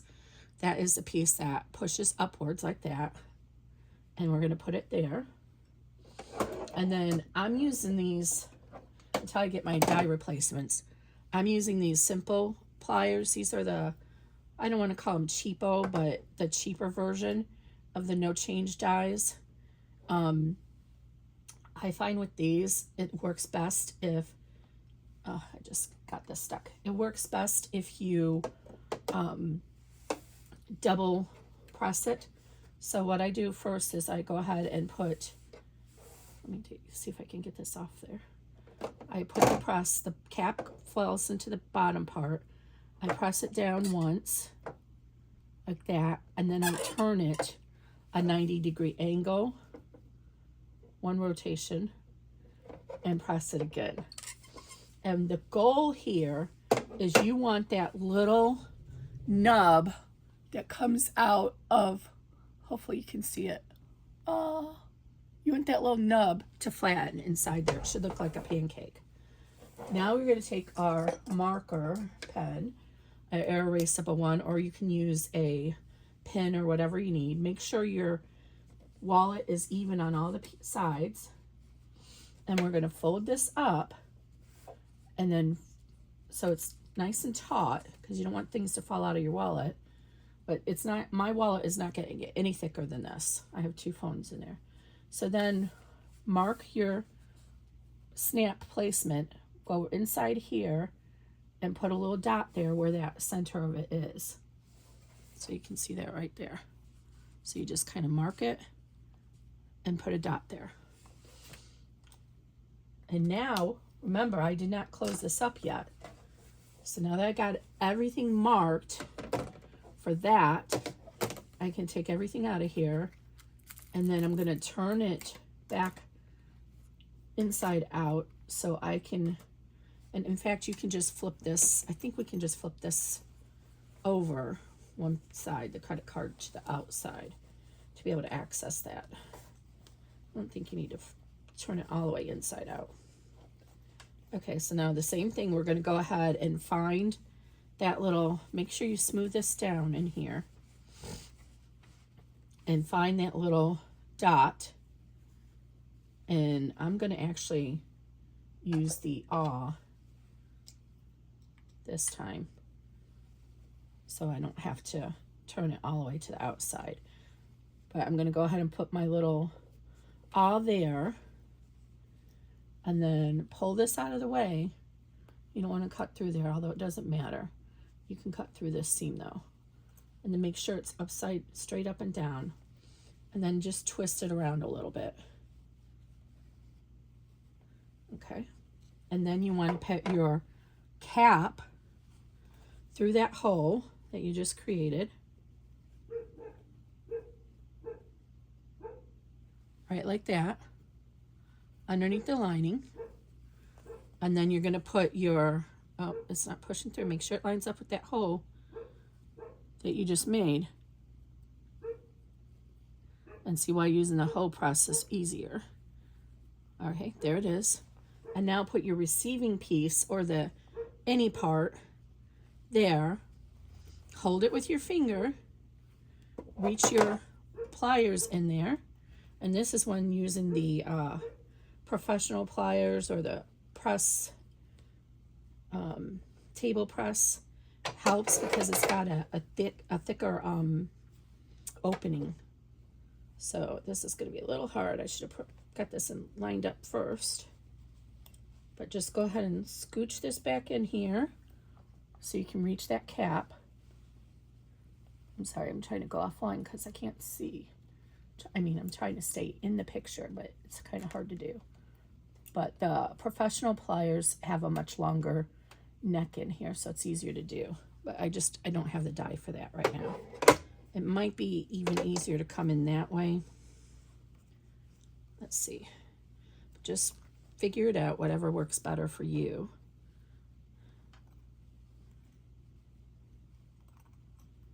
Oh, I got it upside down.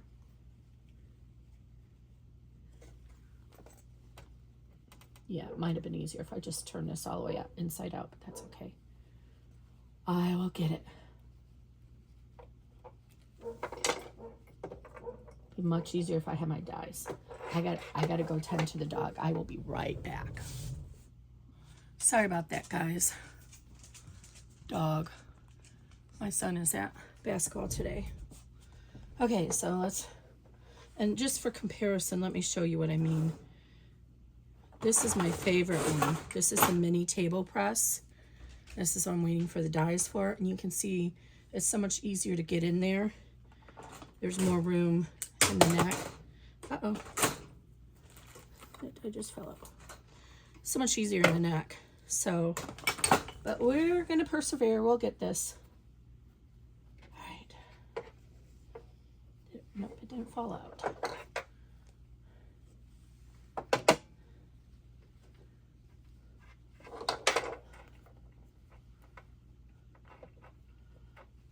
We're going to need to repress this when it's done. I'm going to turn this iron back on.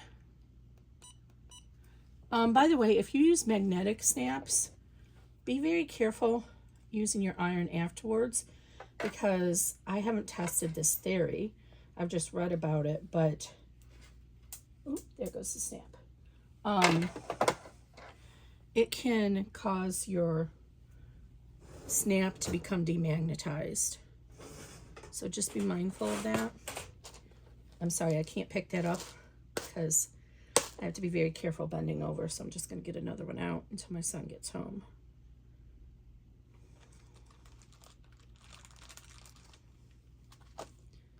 It is very tricky, and I'm starting to think it'd be easier if I just turn this, oops, turn this all the way right side out. But sorry guys, I moved my table. All right, I think we're good now.